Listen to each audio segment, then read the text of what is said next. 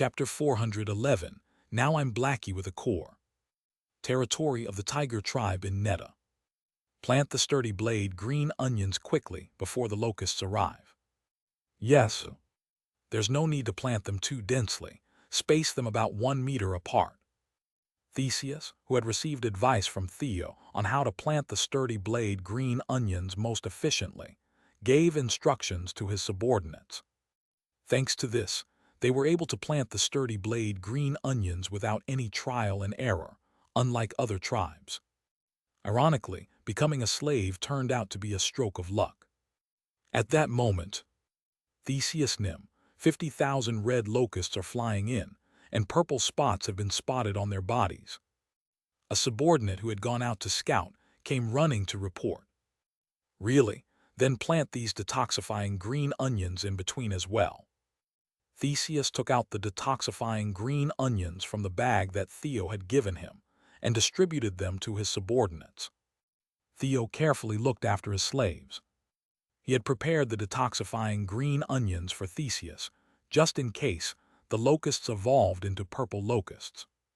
A moment later, flap thud, the locusts flying in were pierced by the sturdy blade green onions and died, and those that ate the detoxifying green onions had their poison neutralized and died as well.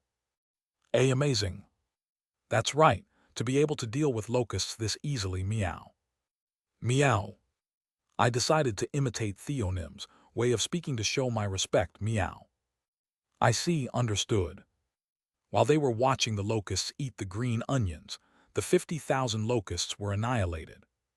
During this process, the number of locusts decreased and the purple spots disappeared. We don't know when they'll come again. Move the corpses. Remembering Theo's advice, Theseus cleared the corpses that were piled around the sturdy blade green onions.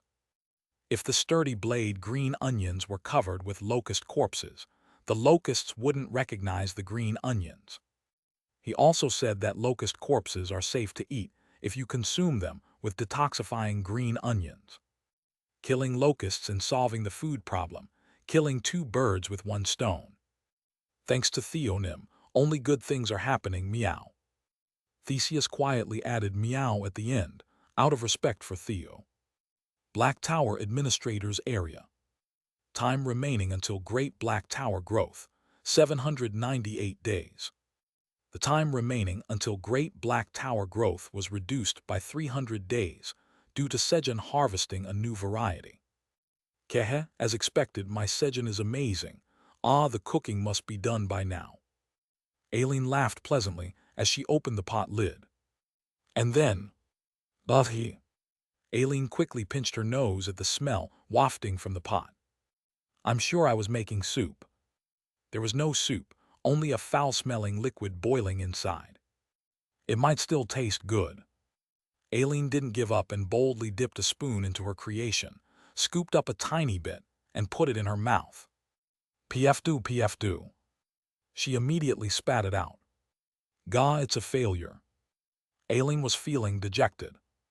I should go see Sejun to cheer myself up too. Aileen used the crystal orb to find Sejun. Inside the kitchen, on the 99th floor of the Black Tower. Sejun was humming a tune while preparing dinner. The menu was beauty jiggy. There was no ham, but he put in a lot of sausages instead. Then he added onions, garlic, green onions, and potatoes. 1 spoonful of doenjang, 1 spoonful of gochujang. He added the seasonings. The gochujang was made from some of the sundried red peppers that had been harvested in large quantities during the dragons, meeting a while ago. And finally, he added noodles. He substituted the instant ramen noodles with freshly made noodles by Kyungi, the noodle-making master. These are completely healthy noodles. I'm not envious at all of the oil-fried ramen. Not envious at all. Anyway, that's that. As the beauty jiggy started to boil. Guys, let's eat. Sejun called his companions. Before they arrived. This one is for Aileen. Aileen, eat up. Sejun evenly portioned out the noodles, sausages, and vegetables and sent them to Aileen. The tower's administrator says she will enjoy the meal. The tower's administrator says your cooking is delicious as always. Yeah, enjoy your meal. The tower's administrator says she will try harder with her cooking practice after finishing this meal. Okay. Don't try too hard. While conversing with Aileen. Puhu Hut, Chairman Park, where is my grilled fish? Meow. Kyung. It smells delicious. Kilahit Kang. Hee it's sausage. Theo, Kyungi, and Blackie, who had been playing outside, entered the kitchen. Here's the grilled fish for Vice Chairman Theo. Puhu Hut, it's grilled fish made with Chairman Park's sincerity. Meow. As Sejun took the grilled fish off the grill and handed it to Theo, Theo naturally sat on Sejun's lap and started eating the fish. Kyungi, scoop with the ladle and eat, and Blackie here.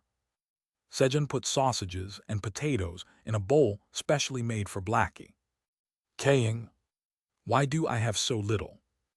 Blackie compared Kyungi's large, generously filled bowl to his own small one and protested to Sejun. You left a lot last time because you were too greedy.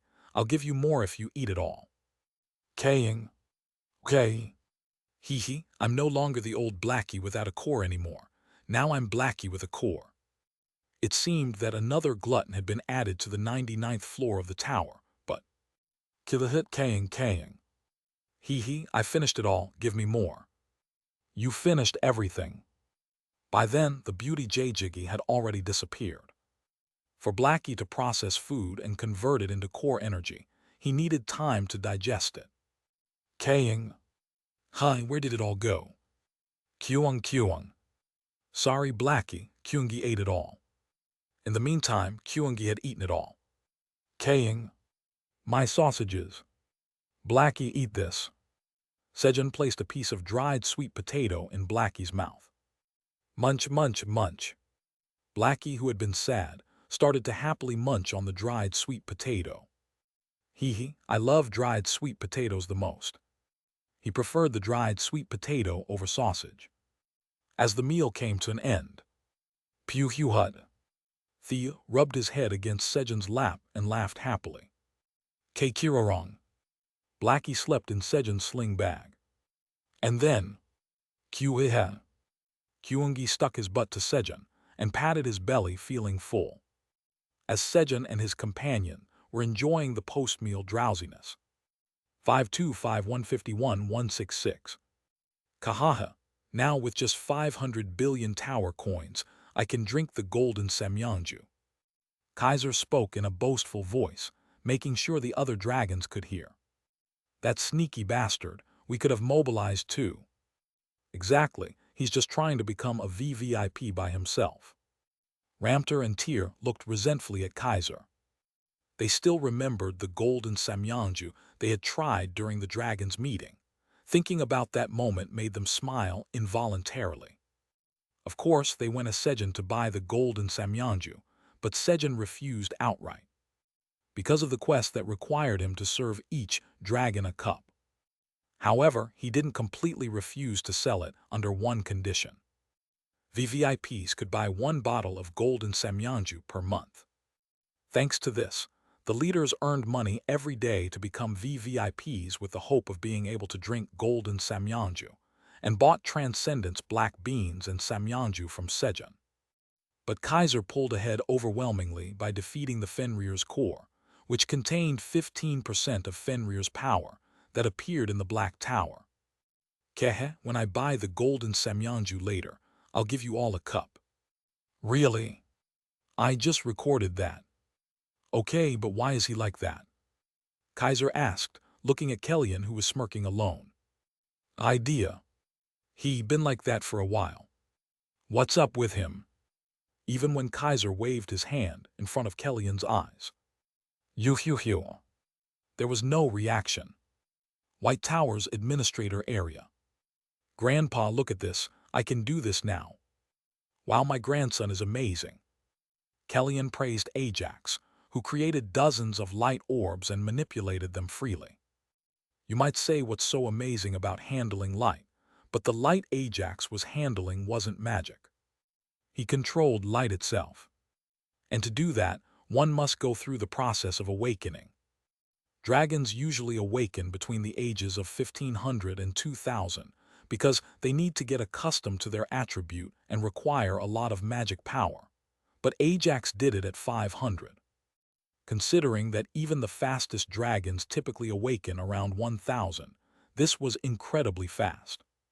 He achieved this thanks to eating the elixir-grade cherry tomatoes for magic power and the sunlight from the Black Tower and sunflower seeds for his attribute. But it wouldn't have been possible without Ajax's talent.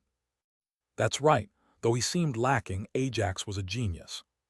Oh my grandson is so skilled. To think my grandson is a genius. That's why Kellyan looked at Ajax with eyes that seemed to drip honey. Grandpa, I want to see Sejun Hyung now, seal me. All right, seal. When Kellyan sealed Ajax's power, Ajax shrank in size. I have to show off to Hyung. Sejun Hyung, call me. A moment later, Ajax disappeared.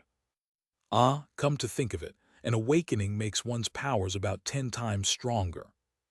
But our Sejun has also gotten stronger, so it should be fine, right? Guys, my Ajax has. Kellyan put his worries behind and started bragging about his grandson to the other dragons. The White Tower's slave asks you to summon him. Ajax. What's going on? Summon Ajax. Sejun summoned Ajax. Then, Kyugong. Hyung, I'm here. Ajax appeared, exuding a tremendous pressure. He. Sejun let out a slight groan and, Kyung. What's going on? Blackie fainted. Vice Chairman Theo cover Blackie. Sejun, seeing Blackie faint, spoke to Theo. Understood, meow. Theo reduced the energy directed at Sejun and Blackie, using energy drain. Ajax, you should have mentioned that you got stronger. Blackie fainted because of you. Feeling a bit better, Sejun scolded Ajax. It was a close call for both himself and Blackie. Hyung, I'm sorry. But how did you suddenly get so strong? Hyung, I awakened. It's all thanks to you. Getting excited again at Sejun's question, Ajax tried to hug Sejun. No. Sejun quickly raised his hand to stop Ajax. Talking was fine, but touching was another matter. He couldn't afford to faint again. Ajax, what's an awakening? Determined not to faint, Sejun asked Ajax. Oh, awakening is. Ajax eagerly explained what awakening was, and how amazing it was to Sejun. So, you mean awakening earns you the treatment of a true adult dragon, and your powers become 10 times stronger. Yeah, Hyung.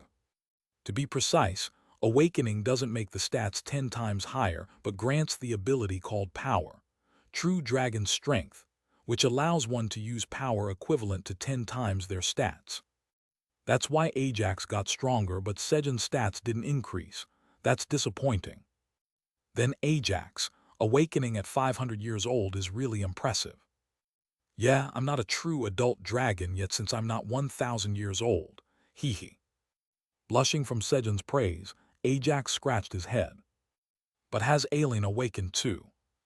Suddenly curious, Sejun asked Aileen. The tower's administrator says she hasn't awakened yet. Really? Then if she awakens, she'll be 10 times stronger. If Aileen gets 10 times stronger. Shudder. Thinking about a 10 times stronger Aileen, Sejun involuntarily shivered. Chapter 412. Let me tell you the story of how I received a large temple from Park Sejun. Somewhere in the merchant passage that stretches from the 10th floor to the 20th floor of the Green Tower. KRRTA, let's take that money and run away. Yeah, if we have that money, even if we go back, the boss will forgive us. Iacta, a mid-level boss of the Immortal Clan, and his other subordinates were persuading the youngest, KRRTA, as they walked. But, no, I can't betray Theonim. KRRTA, who had switched allegiance to Theo, firmly refused. How dare the youngest? Iacta wanted to just beat KRRTA and take the money, but he couldn't use violence because the contract stipulated that slaves shouldn't fight among themselves. Why are you acting like this, youngest? What if we meet other members of the Immortal Clan? Yeah, you'll die if that happens. When persuasion didn't work, they began to mix in threats. However, this only worsened the situation. Brothers, I will report everything you said to Theonim later, and since I am the representative, please speak to me with respect from now on. The youngest finally awakened as the representative, in response to their continuous suggestions to betray Theo. What? Karartier, are you crazy? Hey, I am recognized as the representative by Theonim. Follow my words. We'll see about that. Fine, Wark Hyung, I will report your words. We'll see about that to Theonim. What? After that, the trolls quietly moved towards the 35th floor, where the headquarters of the Wandering Merchant Association was located. Unlike the Black Tower, the headquarters of the Wandering Merchant Association was on the 35th floor of the Green Tower. Black Tower, 99th floor. All right. When Sejun opened his eyes in bed, the seal on the Earth's jewel has been broken. Swamp, the god of swamps, sealed in the Earth jewel, is released from the seal. Swamp, the god of swamps, repays the favor to the one who broke his seal. Swamp, the god of swamps, repays the favor by creating a swamp on 3.3 square meters of land. Messages appeared. If it's a swamp, golden swamp, gem swamp, what is it? Meow. Sejun picked up Theo and put him on his knee to check the swamp, and Kaying, and put Blackie into the sling bag. Swoosh. Got out of bed and marked the date on the wall. It was the 405th day since entering the tower, and the day had began. Sejun, who came outside, started looking around the farm for the swamp. After a while, why can't I find it? When he couldn't find the swamp path after searching the whole farm. Could it be the kitchen? Sejun headed to the kitchen, and beside the milk spring, he found a brown swamp created by Swamp, the god of swamps. Isn't this that thing? The devil's chocolate spread Nutella. Hehe, Swampnum, you are a very excellent god. Approved. I'll give you 23.1 square meters out of 33.3 square meters. TL. Here, Sejun is rating on a scale of 10, and since the unit of measurement is in Pyong, he gives it a 7 out of 10, which equates to 23.1 out of 33.3 square meters. Just as Sejun decided to make a 23.1 square meters swamp road. You have lifted the seals of 5 gods. The quest conditions have been met. As a reward for meeting the quest conditions, you have obtained 5 drops of the growth elixir. Along with the message, a small glass bottle containing a liquid emitting a radiant light of various colors appeared in Sejun's hand. Is this the growth elixir? Sejun, mesmerized by the light emitted by the elixir, checked the options of the growth elixir. Growth elixir. A very faint trace of the Supreme Creator God's energy is contained in this elixir. Upon consumption, you gain 1 million experience points. Upon consumption, the lowest stat among strength, stamina, agility, and magic power increases by 10, and 1 job skills proficiency increases significantly. Every time you consume 10 drops of the growth elixir, all stats increase by 100. Remaining quantity, 5 drops. Usage restriction, Black Tower's Tower Farmer. Creator, Apostle of Creation, Emila Ibens. Grade SSS. What is this? It increases so many things in such a variety of ways. It was the first time Sejun had encountered an item that simultaneously increased experience points, job skill proficiency, and stats. He felt as if the elixir was grabbing him by the collar and forcing him to grow. So this is why it's called the growth elixir. Sejun immediately drank the growth elixir. The taste was uffy. It tasted like the healthy green juice his mom used to make when he was young. Gulp, gulp. Sejun hurriedly drank some water to swallow the growth elixir. You have consumed 5 drops of the growth elixir. You have gained 5 million experience points. You have leveled up. You have gained 1 bonus stat point. Strength has increased by 10. As a result, Sejun leveled up to level 88, and his lowest stat, agility, increased by 50. Additionally, the proficiency of job skills such as magic seed sowing, harvesting, crop gigantification your field, and greenhouse increased. Sejun, who drank the growth elixir like that. Land moving. He used his skill with Myler's hoe to make a 23.1 square meters swamp road. Swamp road. Swamp, the god of swamps, who repaid us with the devil's chocolate spread swamp. He was a very, very excellent god. Now let's have breakfast. After making the road, Sejun returned to the kitchen to prepare breakfast. A little later. Kyung. Dad, good morning. Kyungi energetically greeted and entered the kitchen. Kyungi, try this. Sejun spread chocolate spread on a baguette he had baked and gave it to Kyungi. Kyung. What's this? It's really delicious. Kyungi's mood lifted, and he started shaking his hips while eating the delicious food. Kaying. Tasty. Blackie also got excited, eating with chocolate spread smeared all over his mouth. Indeed, it was the devil's spread. Vice Chairman Theo, do you want to try? No, Vice Chairman Theo will eat grilled fish, meow. However, even the devil's spread couldn't tempt the fish lover. After breakfast was over. Pew Hut, Chairman Park, I'll be going, meow. Sure, have a good trip. I'll be going, meow. Theo headed to the first floor of the Green Tower for work, naturally carrying the grilled fish lunchbox Sejun had packed in his bag. Seed Shop Headquarters. Park Sejun, the Black Tower's tower farmer, has built a temple, 23.1 square meters for Swamp, the god of swamps. Divine power has increased by 20. Well, 23.1 square meters. While other non-combat gods were surprised by the size of the temple Swamp received. Ha, as expected, my prediction was right. Swamp laughed as he confirmed the size of the temple Sejun had built. Swamp had been trapped in the damaged Earth's jewel for a long time. Swamp realized something when he saw the size of the temples other gods received from Sejun as rewards for freeing them from their seals. Park Sejun is more generous with food than with gold or jewels. So Swamp chose food as his reward, and as he expected, Sejun responded with a large temple. Guys, gather around. Let me tell you the story of how I received a large temple from Park Sejun. Oh, really? Tell us quickly. Non-combat gods gathered around Swamp. Even Lee, the god of abundance, also quietly approached to listen to Swamp. A little later. Oh, so Park Sejun likes food more than treasure. I'll keep that in mind for future requests. I see, Park Sejun is different from humans who covet wealth. As expected of Park Sejun. Park Sejun.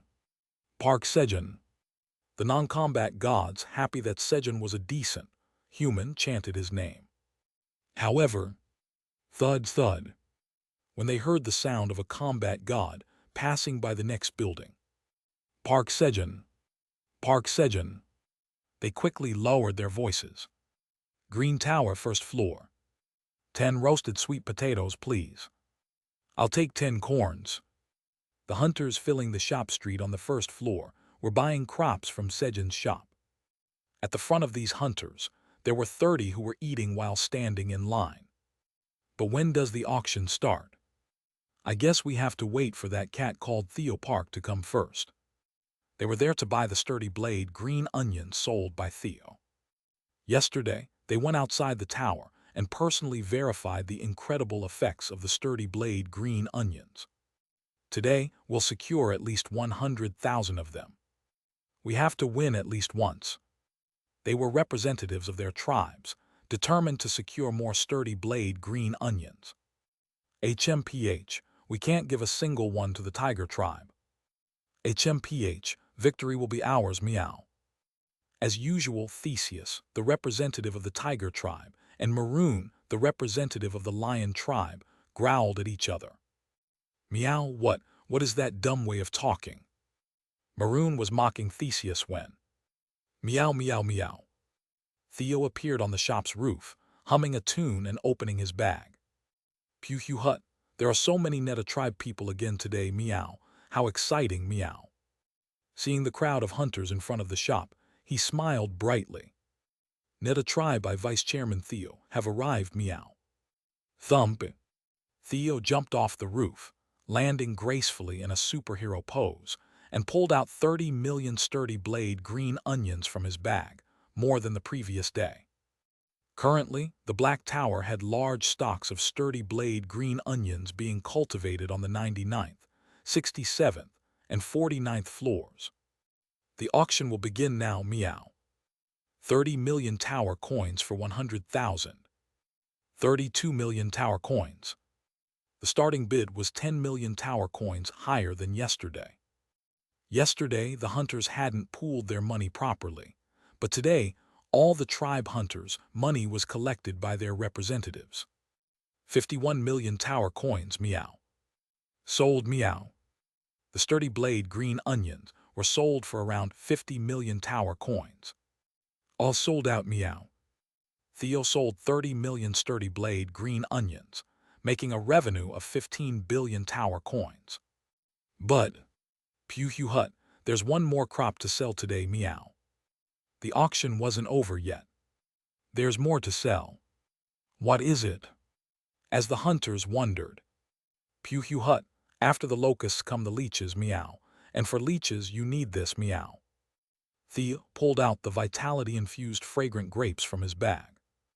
Knowing that giant blood-sucking leeches come out after locusts on Earth, Theo decided to sell the grapes in advance. The auction will begin, meow.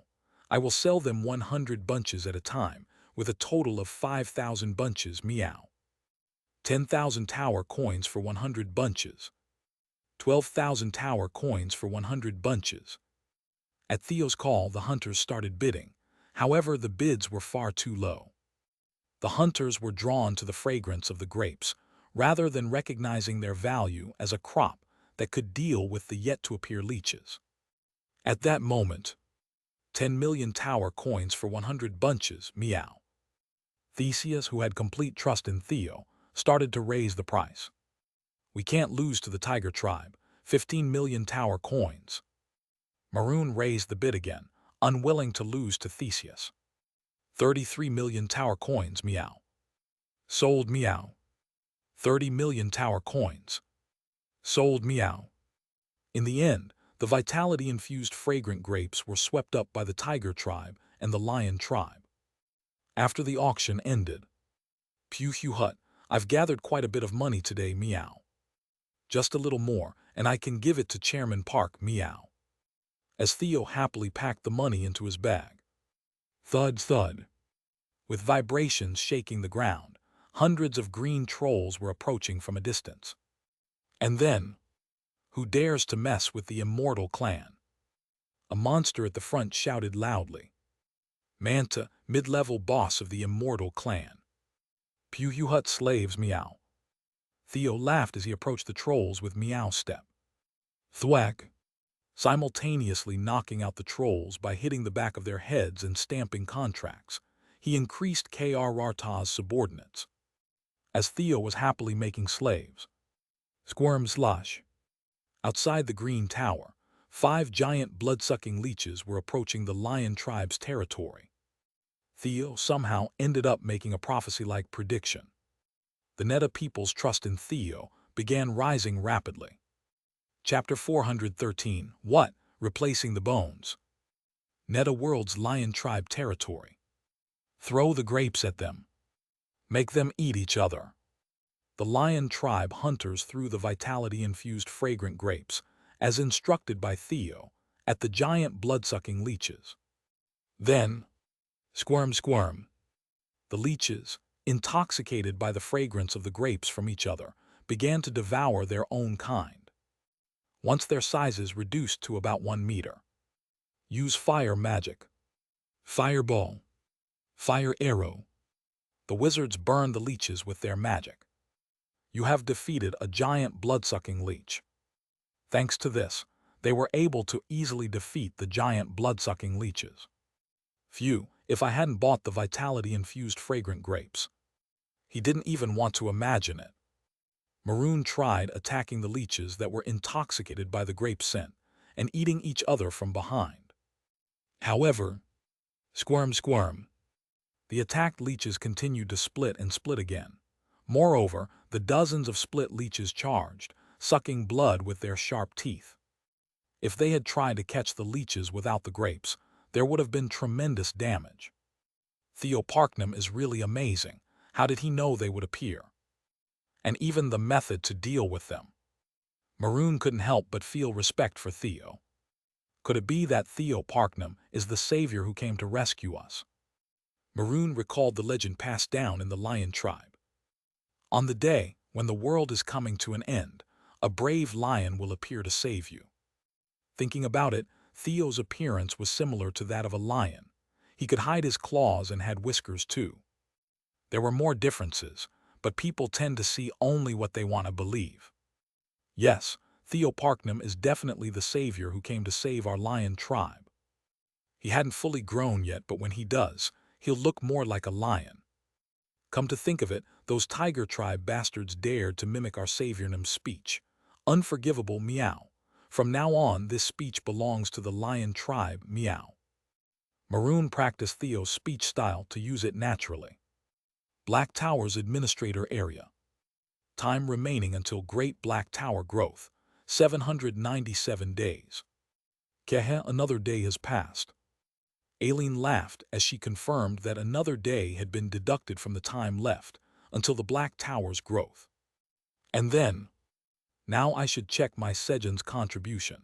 Show me the 4th floor contribution rankings of the tower. Aileen checked Sejun's contributions through the crystal orb. Black Tower 4th floor flesh eater extermination contribution rankings. First, Park Sejun, 23,580,1942. Second, Han Taejun, 17,561. Third, Meal, 5,598. The third place in the contribution rankings had changed, but Sejun was still overwhelmingly in first place, and the gap with second place had widened even more. However, our Sejun's contribution hasn't increased much. Aileen was not satisfied. Recently, Sejun's contribution had been increasing by 1 million every morning, but today it had only increased by around 500,000, half of that. This was due to the side effects of the mages transitioning to bomb mages. The bomb mages hunted the flesh eaters with pineapple bombs, greatly reducing the number of flesh eaters going to the grape farm. King, I want to make my Sejun stronger quickly. Aileen became depressed, wanting to increase Sejun's contribution quickly to make him stronger. At that moment, the slaves of Theo, who is a subordinate of Park Sejun, Black Tower's mid-level administrator and tower farmer, have used large-scale fire magic to defeat 1,120,281 flesh eaters of the 8th plague. A slave's contributions belong to the master, and a subordinate's contributions belong to the superior. The contribution of Park Sejun, the Black Tower's mid-level administrator and tower farm, has increased by 1,120,281. Suddenly, Sejun's contribution skyrocketed. What's going on? Aileen hurriedly checked the 4th floor of the tower with the crystal orb. 4th floor of the Black Tower. We have come here under the orders of Theo Parknam. The subordinates of Regius, the Lord of Bones, who were of the scared bone lineage, arrived on the 4th floor of the tower. And then, oh my! Kodo, who had been advocating for the overthrow of the bone caste system, looked at them with disbelief. Regius, the final boss of the bone caste system that needed to be overthrown, was defeated, and now his subordinates, the very backbone of the bone caste system, had come here as Theo's slaves. The bone caste system is essentially gone now. With its core gone, it was only a matter of time before the bone caste system collapsed. Theonim has brought down the bone caste system. Seeing the end of the bone caste system, which he had considered his lifelong mission. I must repay Theonim. Kodo decided he must diligently repay this grace. To do so, he needed to quickly finish the task at hand. New recruits use the Hellfire. Kodo ordered the skeleton wizards to use the strongest magic created by Regius. Fire of Death. Power of the world that supports us. Following Kodo's instructions, the skeleton wizards gathered in circles of 10,000 and began chanting spells. A moment later, Wung, the skeleton wizards who had finished preparing, began to use the magic. Then, F-whoosh. In an instant, an area with a diameter of 1 kilometer was engulfed in a giant blue flame, turning the flesh eaters into white ashes without even being able to scream. Clatter, clatter. The ashes gathered and turned into more skeletons. F-whoosh. This happened almost simultaneously in dozens of places. And then, clatter, clatter. Millions of skeletons born from the ashes charged at the flesh eaters, fighting until they died and returned to ashes. Thanks to this, Sejun's contribution soared at an incredible speed. You have successfully eradicated the 8th plague, the flesh eaters, on the 4th floor of the Black Tower. Rewards will be given according to contribution. The flesh eaters disappeared from the 4th floor of the tower. What already? Then what about our Sejun's contribution? Aileen, flustered, checked Sejun's contribution. Black Tower 4th floor flesh eater extermination contribution rankings. First, Park Sejun, 30,012. Great. Distribute rewards automatically except for first place, and show me the powers.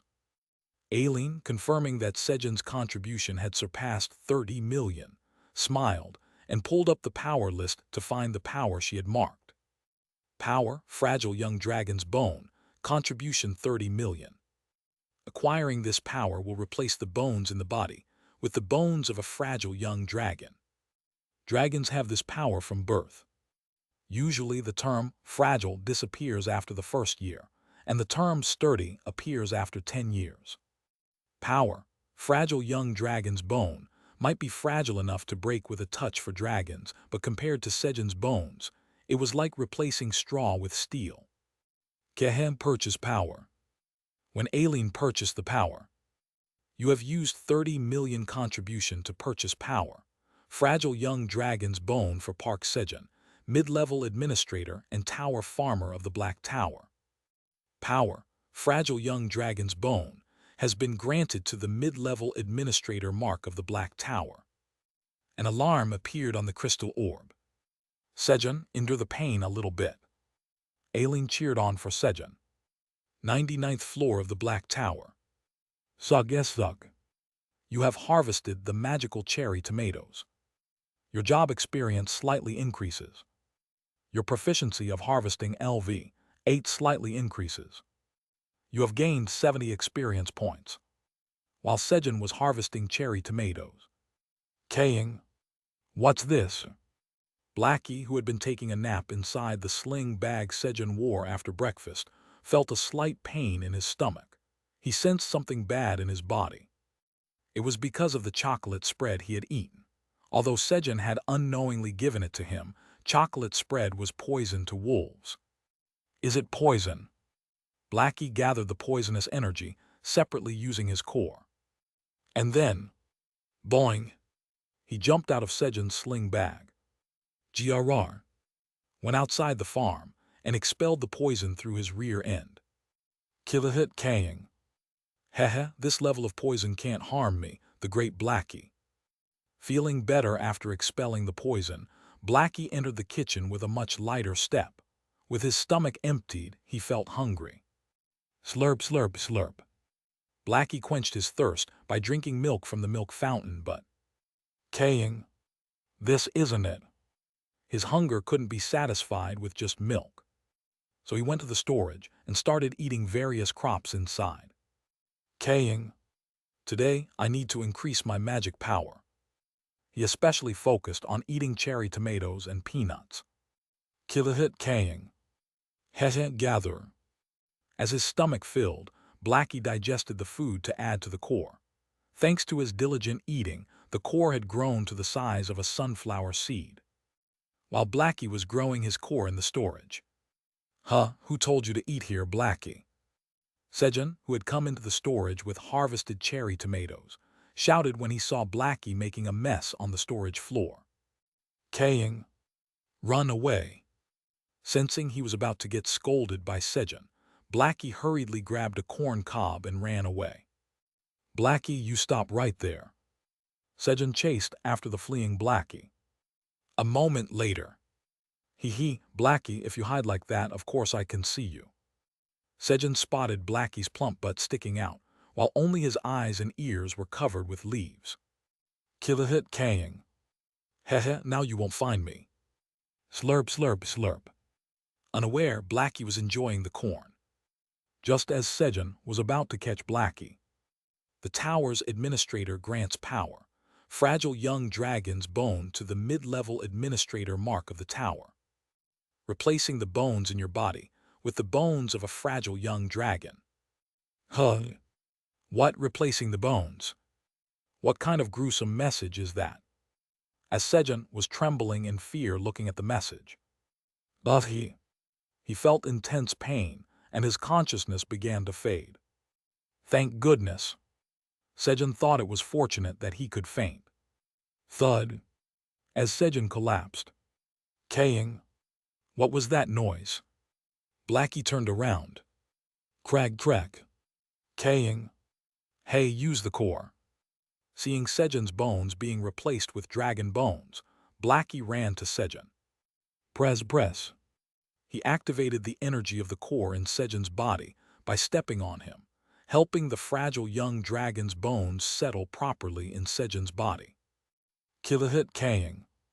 Haha, I should make his bones a bit sturdier with this chance. He's too weak. While strengthening. Power, fragile young dragon's bone, absorbs 2% of the purified Fenrir's core fragment's power and gets enhanced. Power, fragile young dragon's bone, has been enhanced to power, sturdy young dragon's solid bone. Thanks to this, the power was greatly enhanced, but it became even more painful. Arg! Sejun screamed while still unconscious. First floor of the Green Tower. Meow. It sounded like Chairman Park's scream just now, meow, but his energy has gotten stronger, meow. Theo, who had been enjoying grilled fish on the roof of the shop, raised his head briefly. Sensing that Sejun was all right, he resumed eating his grilled fish with relief. Theo's Sejun knee detector worked normally, even across different towers. Pew hut, the grilled fish made with Chairman Park's dedication is delicious, meow.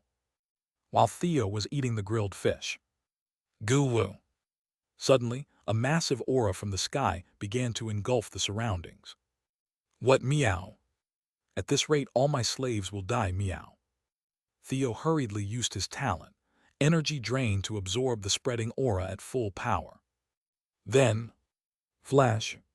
He quickly took out money from his bag and burned it, and Xiang extended his dragon claws and attacked the being emitting the energy. However, Theo's attack did not reach the opponent and dispersed naturally. So you're Theo, nice to meet you. I am the great green dragon Ophelia Iorg. A beautiful woman with green hair who had blocked Theo's attack introduced herself with a bright smile. However, meow, nice to meet you, Chairman Park's slave Ophelia, meow. At Theo's words, Ophelia's expression twisted. Chapter 414. Daddy Kyungi has solved the case. 99th floor of the Green Tower. Grow.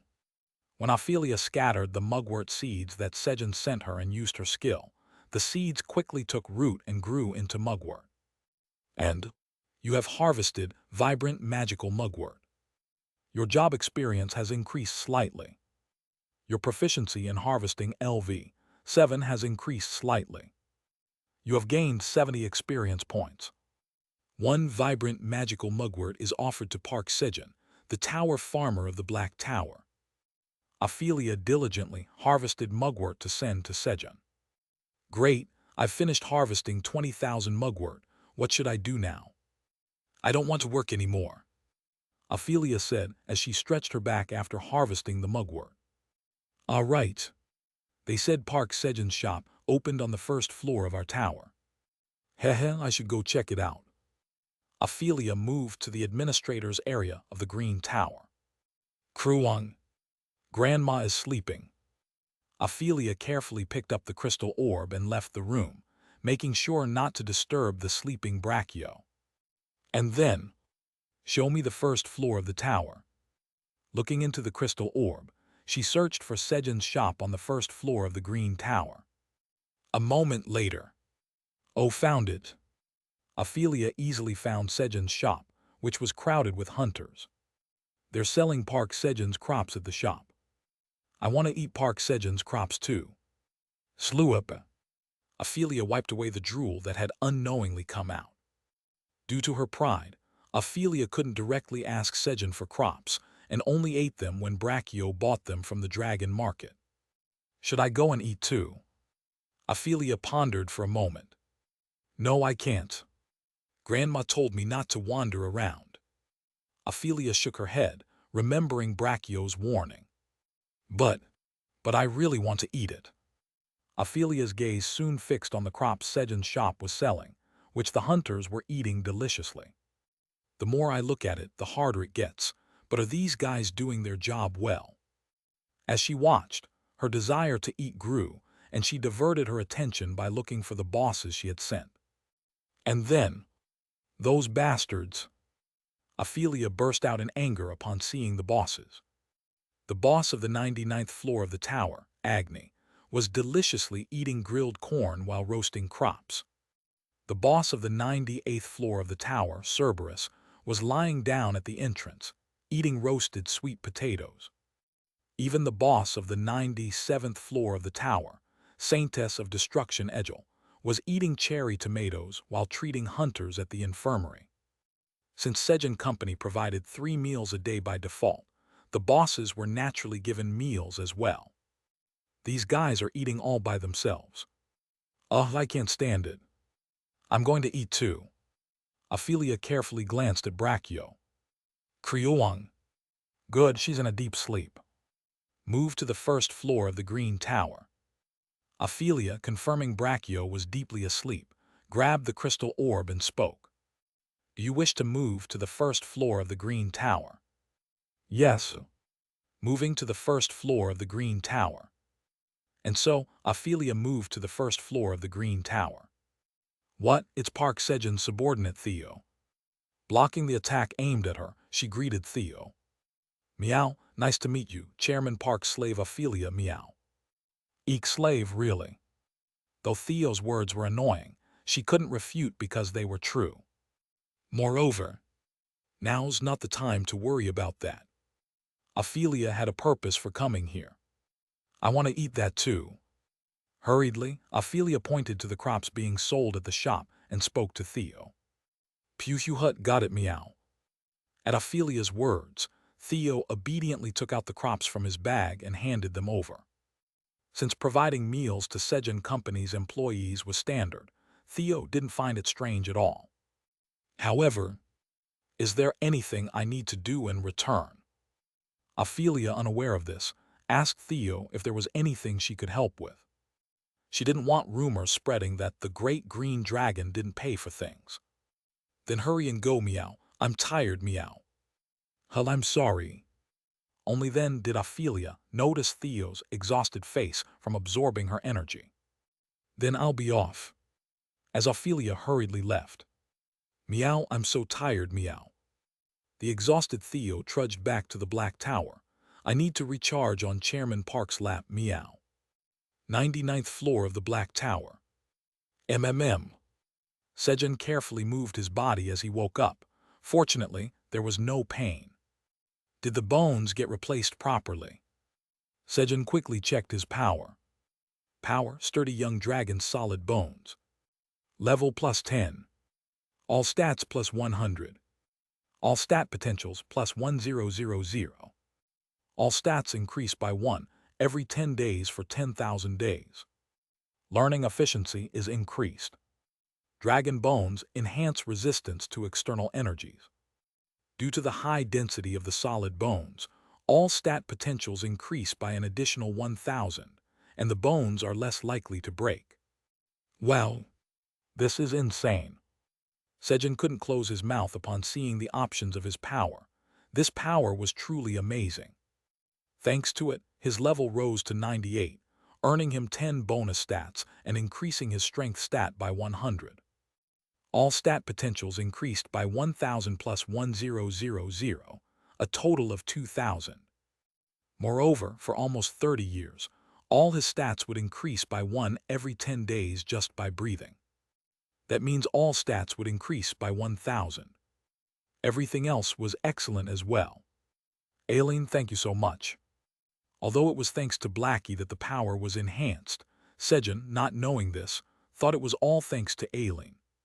The tower's administrator says you did well. That's strange. I definitely granted fragile young dragon's bones. Aileen found it odd that Sejun's power had been enhanced, but she thought it was better this way. After conversing with Aileen, I'll allocate all 10 bonus stats to agility. Sejun raised his lowest stat, agility, with his bonus stats. But Blackie is quite cheeky. He definitely saw me faint, yet he just left me there. Blackie. Sejun, still annoyed, called out for Blackie. And then, Keikirorong. As expected, here you are. He found Blackie sprawled out in a large X shape in the storage room, with his belly bulging. Apparently, he fell asleep while eating, as he had a half-eaten raw sweet potato in his mouth. Good grief, really. He's too small to even hit. Sejun sighed and sat down next to Blackie, gently stroking his belly. Then, burp. Keikihiri. Blackie burped loudly and grinned, holding Sejun's hand with his short front legs and leaning his head on it. You're smiling, really. He let it slide because it was cute. Sejun grumbled as he carefully picked Blackie up with both hands, placed him in the sling bag, and began cleaning the mess Blackie had made on the floor. At that moment, Chairman Park, I'm back, meow. Theo, who had returned from the Green Tower, ran towards Sejun. Splat. As usual, starting with the face. Pew-hew-hut. Theo stuck to Sejun's face, rubbing his own face against Sejun's head. Did you do well? Sejun asked Theo. Pew-hew-hut, yes, meow, and Ophelia visited the shop, meow. Ophelia. Yes, meow. If Ophelia appeared, it must have been chaos on the first floor of the tower. Pew-hew-hut. That's why I, Vice Chairman Theo, stepped in and absorbed all of Ophelia's energy, meow. Huh, what if something goes wrong from absorbing all that? What if something serious happens? Meow, Pew-hew-hut. Chairman Park, did you just worry about me, meow? Huh. Don't worry, meow. Thanks to absorbing Ophelia's energy, I've become much stronger, meow. Feeling happy about Sejun's concern, Theo puffed out his chest and shouted in a proud voice. Why did I even bother? Here I go worrying about others again. So why did Ophelia come? She asked for Chairman Park's crops, meow. Really? Then she should have asked me. Was it because of her pride? Then from now on, you should take care of her. Every time Ophelia shows up, Vice Chairman Theo will absorb her energy and get stronger. Meow, that's a great idea, meow. As expected, Chairman Park is a genius, meow. Heh, of course. And Vice Chairman Theo should consider it an honor to be the subordinate of Genius Chairman Park. Pew-hew-hut. Of course I, Vice Chairman Theo, am honored to be the subordinate of the Genius Chairman Park, meow. What? How can he take a joke so seriously? And why am I the one feeling embarrassed? Pew-hew-hut. Meeting the Genius Chairman Park is the best thing in my cat life, meow. I respect you, meow. Chairman Park is great, meow. Theo continued to praise Sejun, without knowing how he felt. Stop it. Just as Sejun was about to cover Theo's mouth. But your face looks terrible, meow. The order was wrong. Why do you give the disease at the end after pouring in the medicine? Not giving the disease and then the medicine, but giving the medicine and then the disease. However, Sejun's embarrassment disappeared completely. Let's go out. Understood, meow. At Sejun's words, Theo clung to his knee, and Sejun stepped out of the storage room. As soon as Sejun came out, Kyung. Daddy Kyungi is here. Pio, I'm here too. I'm here as well. Kyungi, who had gone for special training from the Minotaur King, returned with Piot and Urin. Why are you guys so late, Meow? Theo asked, looking at Piot and Urin. They were supposed to enslave the skeletons on the 96th floor of the tower and come up. Well, on the way up, Urin began to explain the situation. So, you were delayed because you ran into a thief on the way up. Yes. As expected, it was typical of Urin, the icon of misfortune. So did you catch the thief? Pio? No, they suddenly disappeared from the 81st floor of the tower, so we couldn't catch them. Piot answered in a frustrated voice. It's time for Detective Sherlock Sejun to step in. The 81st floor of the tower was where Sejuns can go. It seemed like a good opportunity to check on the pear tree farm as well. Pew Hut. Then Detective Sherlock Sejun's assistant Theosin will also go, meow. Kyung. Detective Cunnan is deploying too. Then let's head out immediately. Sejun and his party, who decided to chase the thief, moved to the waypoint. Arrived at the 81st floor of the Black Tower. Everyone come out. Arriving at the 81st floor of the tower via the waypoint, Sejun called out his party from the void storage. And then, Piot, lead us to where you lost the thief. Pio. Yes, you can count on me. They followed Piot's lead. Outskirts of destruction. What is this? Halfaz, the second seat of the Apostles of Destruction, the Crow of Death, frowned as he watched the orb slowly losing its red aura. This had never happened before, and now it's happening not once but twice. Something was definitely happening that he wasn't aware of. How dare they oppose the power of destruction? With the diminishing power of destruction on both Earth and now Netta, Halfaz was furious. What is Fenrir doing? Halfaz lashed out at Fenrir, who wasn't even present. At that moment, Halfaz, why are you calling me? Fenrir's voice was heard. Fenrir, why is your voice coming from there? Halfaz asked, looking at the orb containing Earth. It's none of your concern. More importantly, transfer control of the calamity to me. I'll handle this place. Fenrir's thoughts didn't mention that the core fragments had scattered. Even though they were both apostles of destruction, they were like wild beasts ready to pounce on each other's weaknesses, even if they were on the same side. All right, I'll transfer control of the calamity. Halfaz handed over control as requested.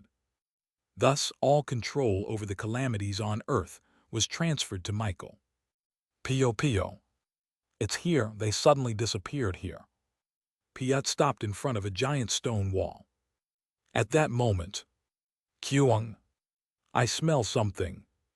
Following the scent with his eyes closed, Kyungi suddenly vanished. Then, boom! With a loud crash, a massive building appeared. Kyung. Daddy Kyungi has solved the case.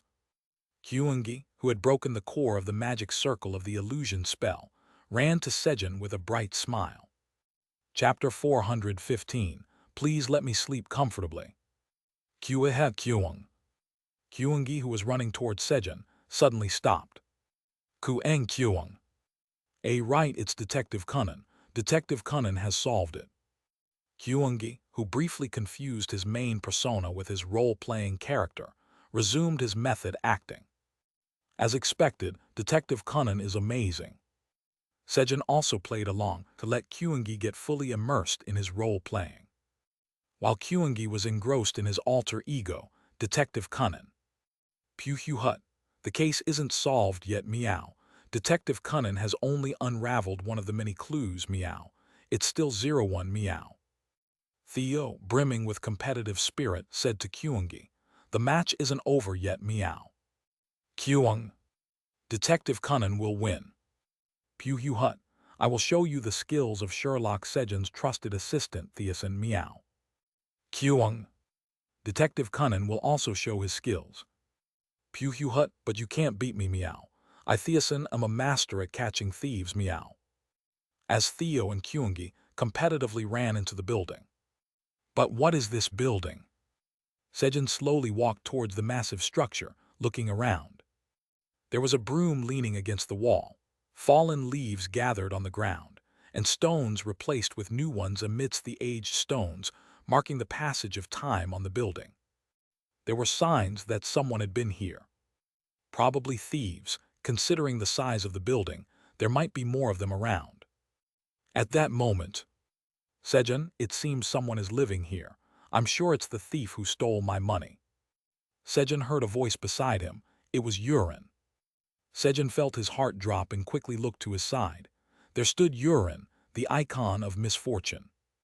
I am here with Yurin. Without Theo or Kyungi. Astuso. A chill ran down Sejun's spine. Guys, wait for me. Sejun hurried into the building. Sejunum wait for Ak. As Yurin hurriedly chased after Sejun into the building, he suddenly fell into a pit that appeared on the floor. Pihu Pio. Phew, it's starting again. Piat sighed and followed after the fallen Yurin. Green Tower, first floor. Thump thump. Is it there? A massive troll, one head taller than other trolls, glared at Sejun's shop and asked. Yes, that's right, boss. That's the shop. The twin-head ogre, Dooley, the deputy boss of the Immortal Clan, responded. The boss of the Immortal Clan, giant troll Orga, had been summoned by the powerhouse of the 93rd floor of the tower for not paying his tribute for the first floor of the tower and had been severely reprimanded. So he came to the first floor of the tower to collect the tributes himself. It doesn't look like much. Let's wrap this up quickly and go, sweep them away. Yes, boss. Boys, clear the way. Yes. Move aside. At the command of Dooley's right head, the members of the Immortal Clan began pushing away the hunters, clearing a path to the shop. And then, ugh! What's going on? The hunters were helplessly pushed back. The trolls quickly cleared a path to the shop. Thump thump. Orga, with Dooley in the lead, slowly followed behind. At that moment, bang! Thump! With a loud crash, one of the trolls flew through the air and landed in front of Dooley. What? What's going on? Dooley hurriedly asked the troll that had fallen to the ground. The Saintess escape. The troll muttered something in a barely audible voice before losing consciousness. The Saintess. Saintess of Destruction, Egil. No way, that can't be true. There's no way the boss of the 97th floor of the tower would be here. While Dooley's two heads were conversing.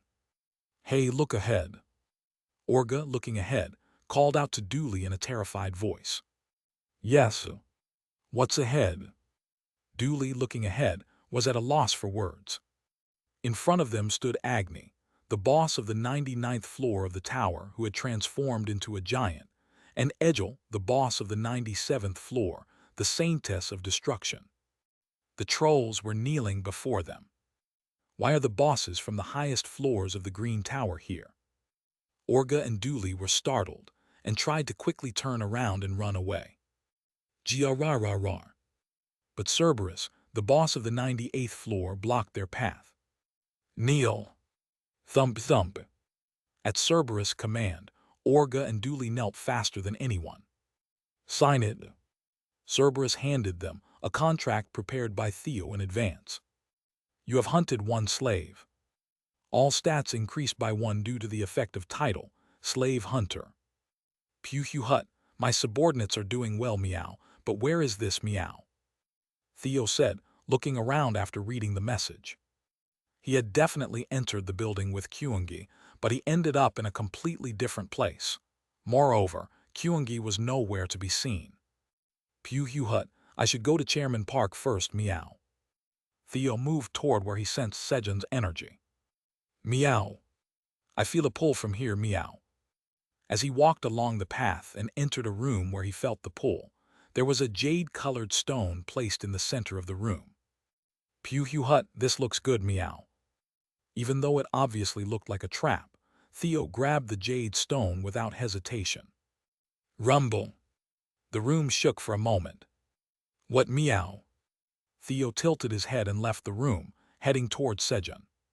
Soon after, clang!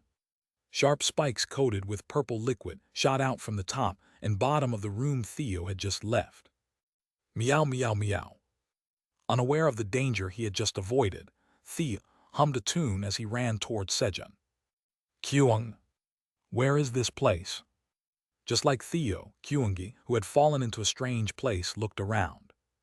Kyung. Kyungi smelled Dad from over there. Detective Cunnan has found Dad. Bang bang. Kyungi started moving straight towards Sejun, breaking through walls. Clang. Traps appeared along the way, but... Kyung. You can't block Detective Cunnan. Kyungi have to go quickly. Kyungi destroyed all the traps, while moving forward by solving everything with brute force. Pio. K. Kyuik. Kyungi heard Piat and Yurin screaming from afar. Kyung. Kyungi quickly ran toward the sound. Rumble. He saw Piat and Yurin running away to avoid being crushed by a giant boulder. Kyung. Get out of the way. Kyungi shouted to them and extended his front paw. Then, bang! With a loud explosion, the boulder turned to dust.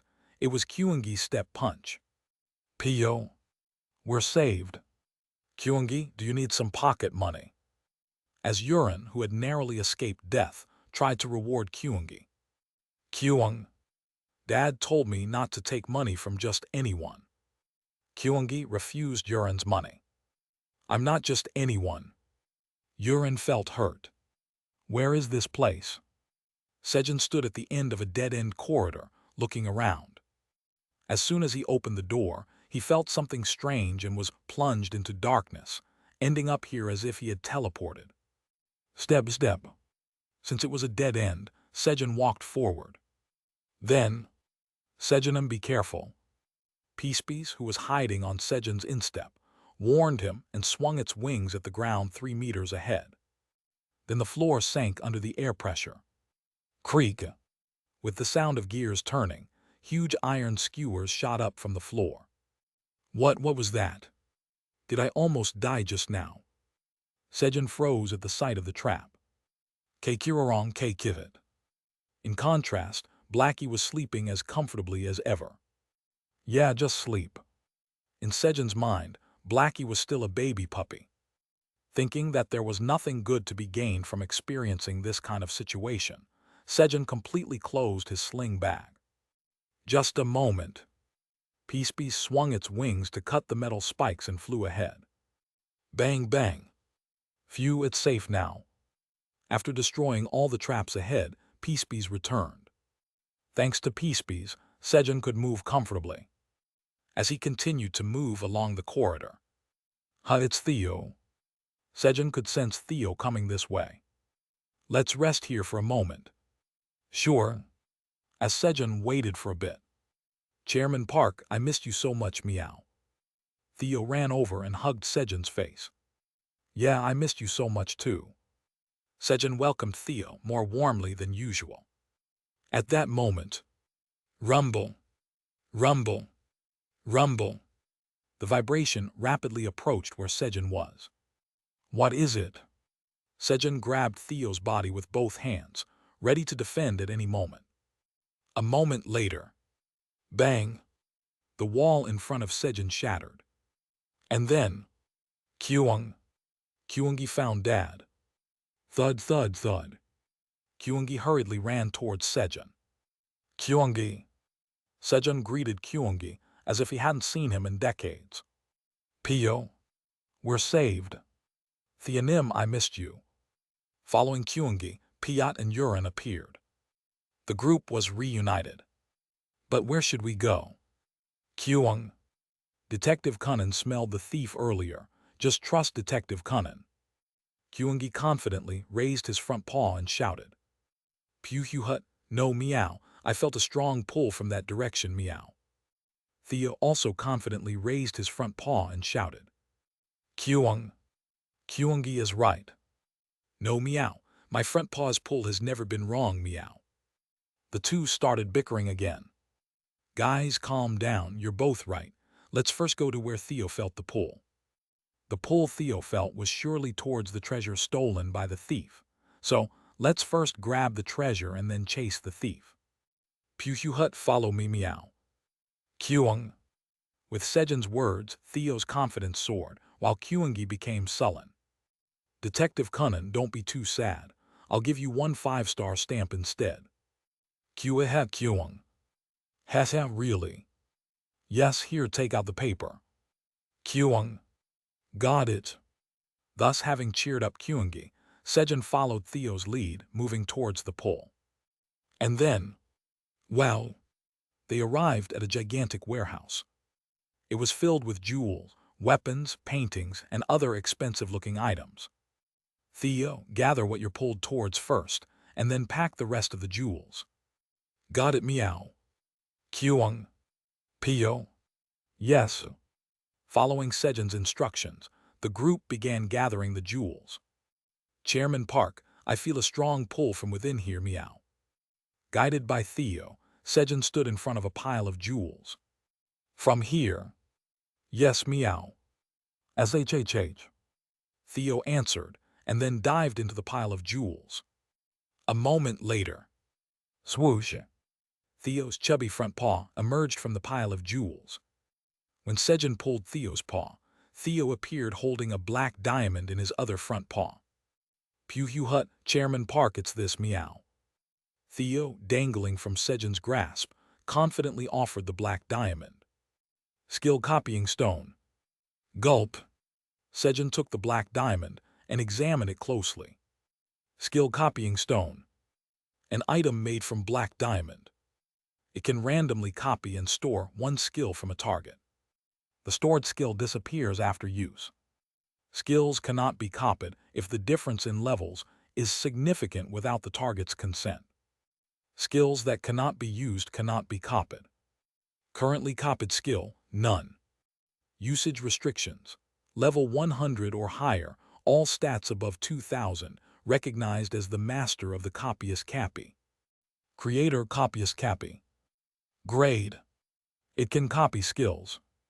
So if I copy and store the skills of Theo or Kyungi, haha, will I be able to use Meow Meow Storm Fist and Kyung Fu too? While Sejun imagined enemies falling to his newly acquired skills and chuckled. What, you dare to use me? Then you must first pass the trial of the copyist Cappy. As soon as the arrogant voice echoed in his mind, Sejun lost consciousness. KKI.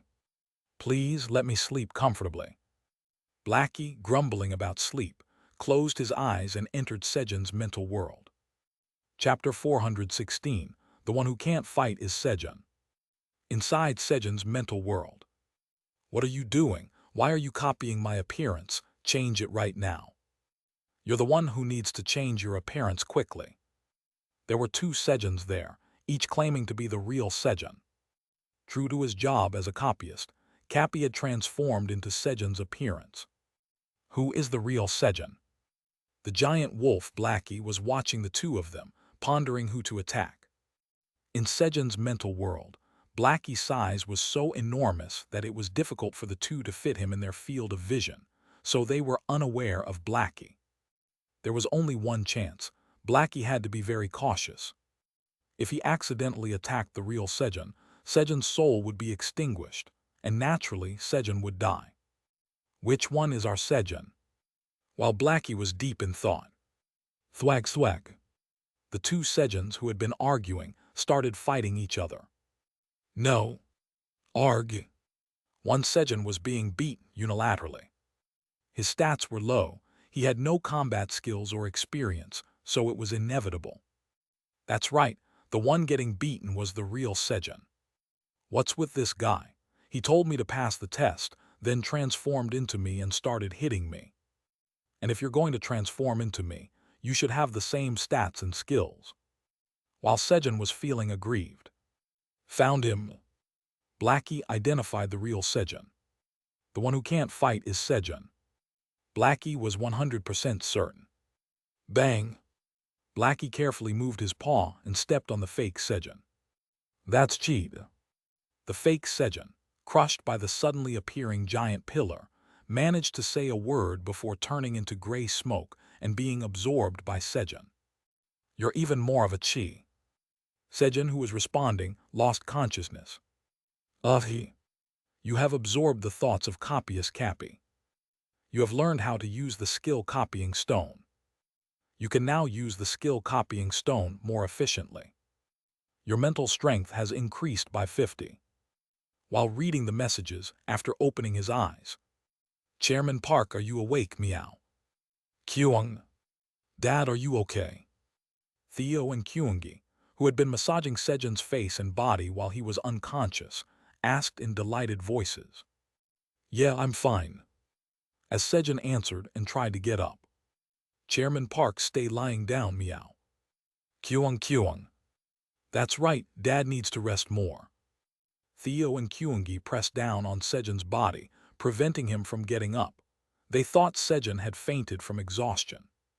So they were making him rest. Though he felt fine. Sejun wanted to get up.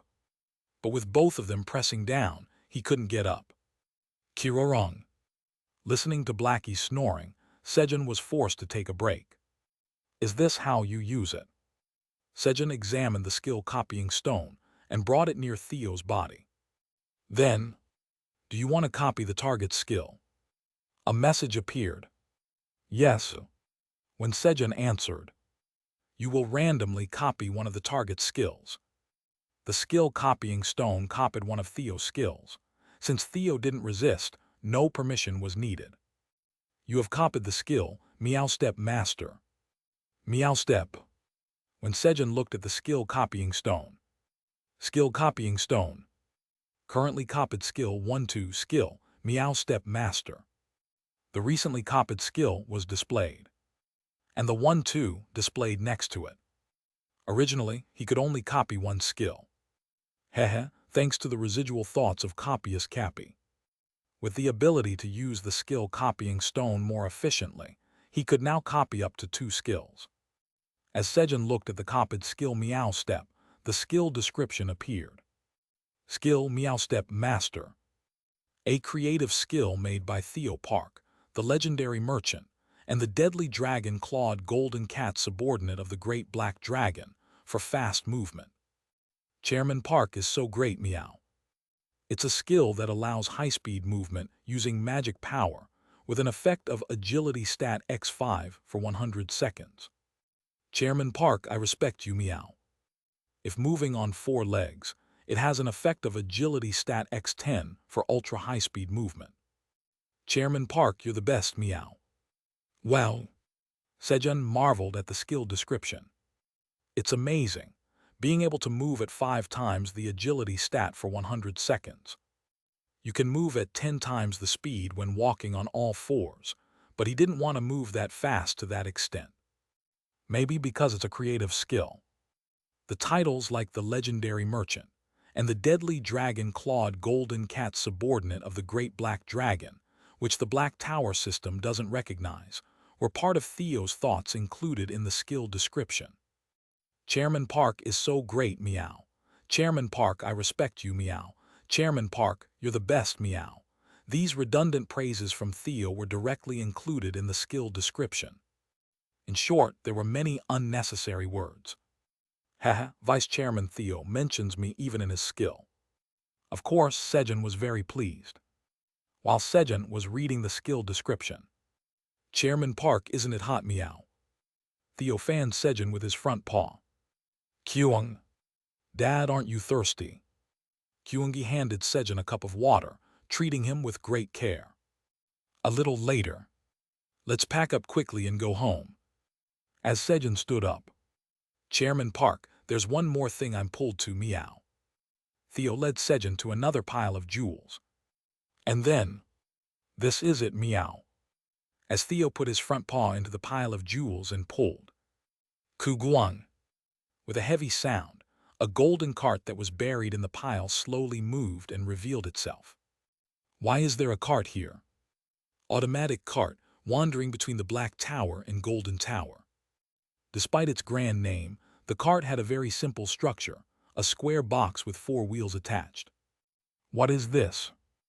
Wandering the Black Tower and Golden Tower. Automatic cart. Does it move automatically? Sejun hurriedly placed his hand on the cart to check its options. Automatic cart. Wandering between the Black Tower and Golden Tower.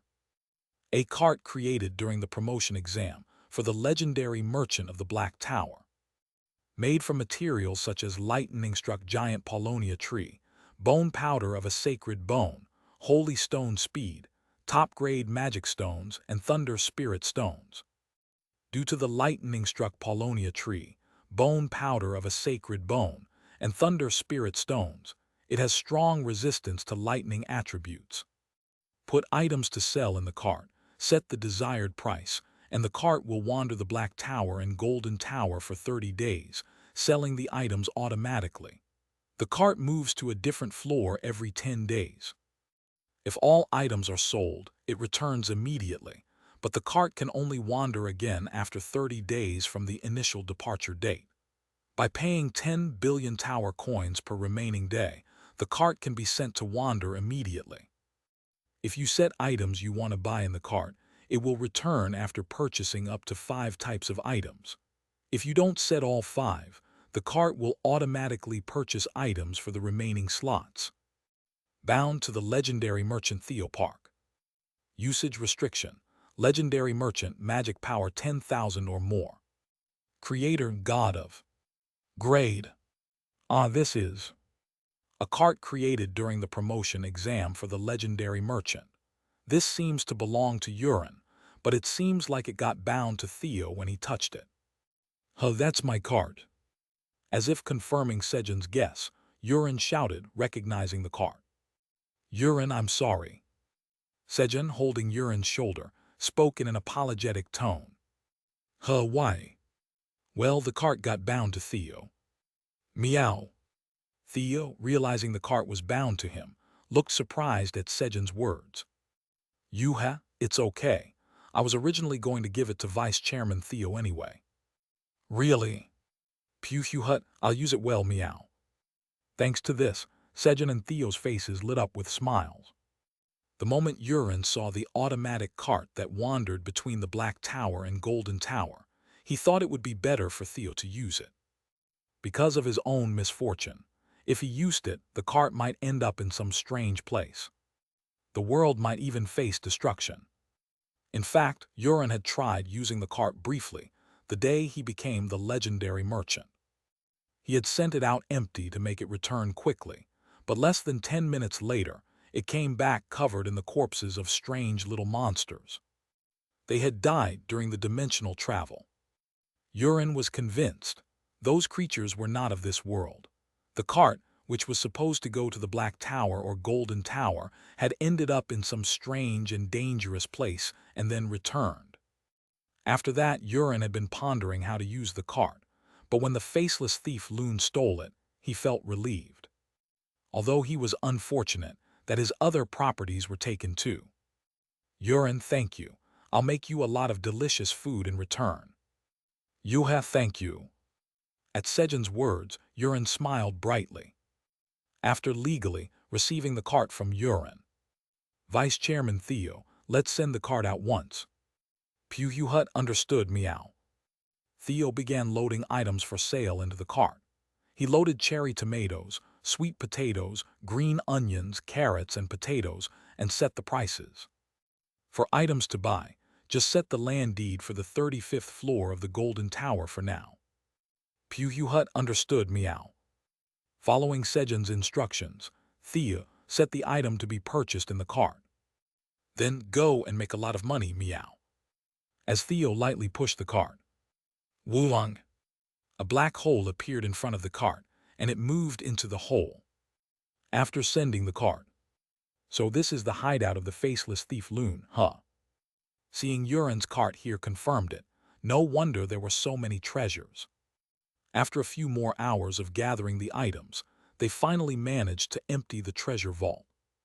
Everyone's pockets were so full of jewelry that they couldn't hold any more. Kyungi, let's go catch the thief now. Kyung. Got it, leave it to Kyungi.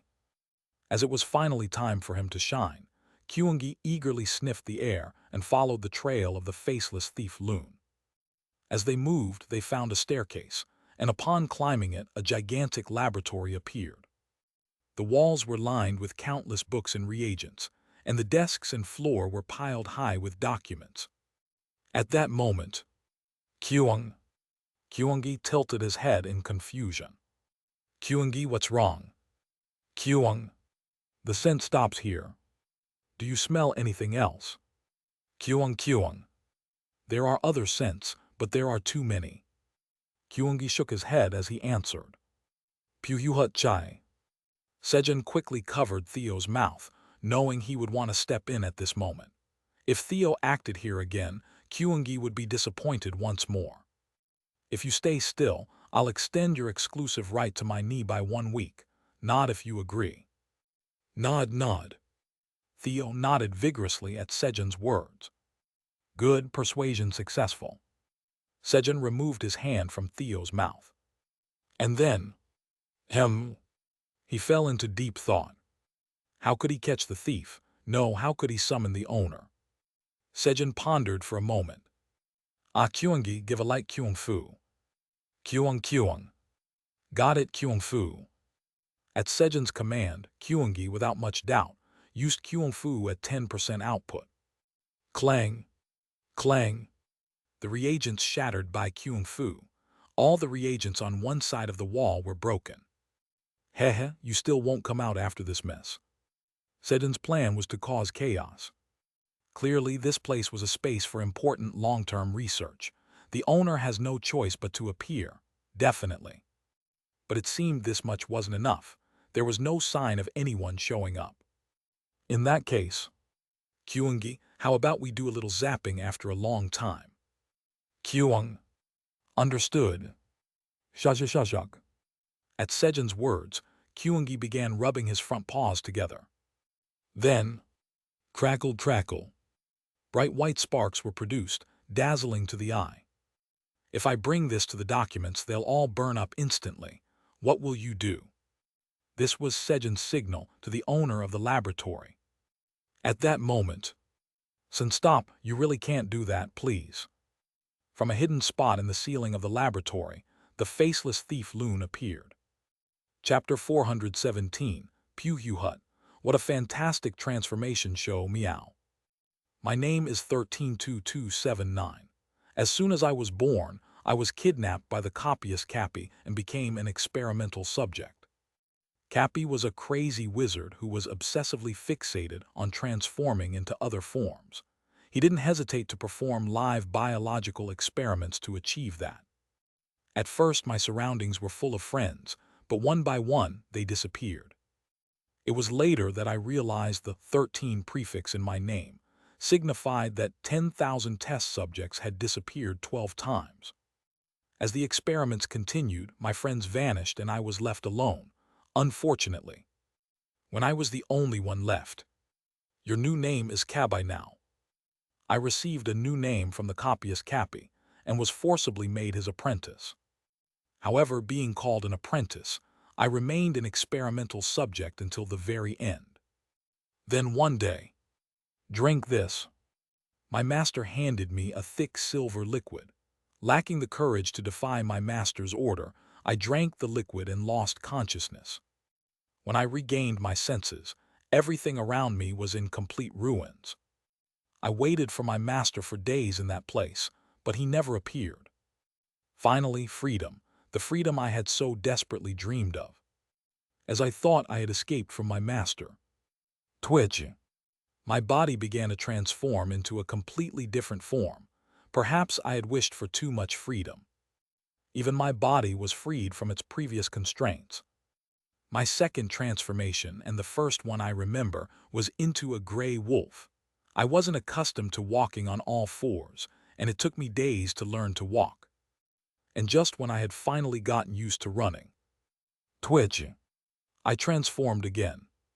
After that, I transformed into an orc, a goblin, a man, a woman, a child, an old person, an animal, and even an insect. While I retained my consciousness in animal forms, I lost it when I transformed into an insect. when I regained consciousness in another form, recalling my memories of being an insect filled me with self-loathing. Moreover, I faced hundreds of near-death experiences when I transformed into weaker beings. Fortunately, even if my arms were cut off or I bled profusely, I could survive by transforming, which restored my body to a normal state. I wanted to settle in a village and be safe, but I couldn't stay because my appearance kept changing. I couldn't control my transformation ability. In fact, there were times when I transformed while in the company of others, got attacked, and barely escaped. Realizing I couldn't live like this, I reluctantly risked returning to my master's lab. I feared meeting my master, but the world outside was even scarier. Luckily, my master wasn't in the lab. The lab was covered in dust, indicating he hadn't visited for a long time. Relieved, I studied my master's research materials to find a way to control my transformation ability. While studying, I discovered what my master had done to me. The experiment to transform me into the greatest life form. He experimented on me to transform me into a great dragon. It was a crazy idea. Naturally, it was impossible for me to become a great dragon, and as a side effect, I lost my original form. Then I remembered. During my first transformation, I had transformed into a black minotaur and killed the copyist Cappy. I continued my research based on Cappy's materials and completed 2 potion recipes. Transformation Suppression Potion. Transformation Acceleration Potion. One was to use when I wanted to maintain my form, and the other when I wanted to change my form. Upon completing the recipes, I ventured outside to gather the ingredients for the potions. However, most of the ingredients were extremely expensive, and without a way to earn money, I used my transforming abilities to become a thief. Since my appearance kept changing, as long as I didn't get caught, no one could track me down. Starting with petty theft, I honed my skills and gradually scaled up my heists. Before long, instead of the name Cabai, the new name Faceless Thief Loon became attached to me. And returning to just a moment ago. Beep. MMM. Faceless Thief Loon, tossed and turned in bed at the sound of the alarm magic signaling an intruder. Of all times, an intruder had to come when I had transformed into a weak flying squirrel. I wondered how they found my hideout, but I wasn't too worried. I had invested enormously in traps just in case. So I wrapped myself in my blanket and fell back asleep without worry. Clang! I woke up to the sound of something breaking. What was that? I quickly got up and activated the video magic stone that could show the laboratory. And then, I saw the intruders in the lab, and all the potions displayed on one side of the wall were shattered. Do you know how much those cost? As Loon fumed over his wasted efforts and money. He saw a small brown bear, creating a dazzling white light in its front paws. No. If a fire breaks out, my research materials, especially the potion recipe I finally completed yesterday to return to my original form, was right in front of that bear. So I quickly grabbed the Transformation Suppression Potion and the Transformation Acceleration Potion and left my hideout. Is that the Faceless Thief Loon? Sejun was surprised to see a flying squirrel gliding with its limbs spread out. Is that tiny thing really the great thief?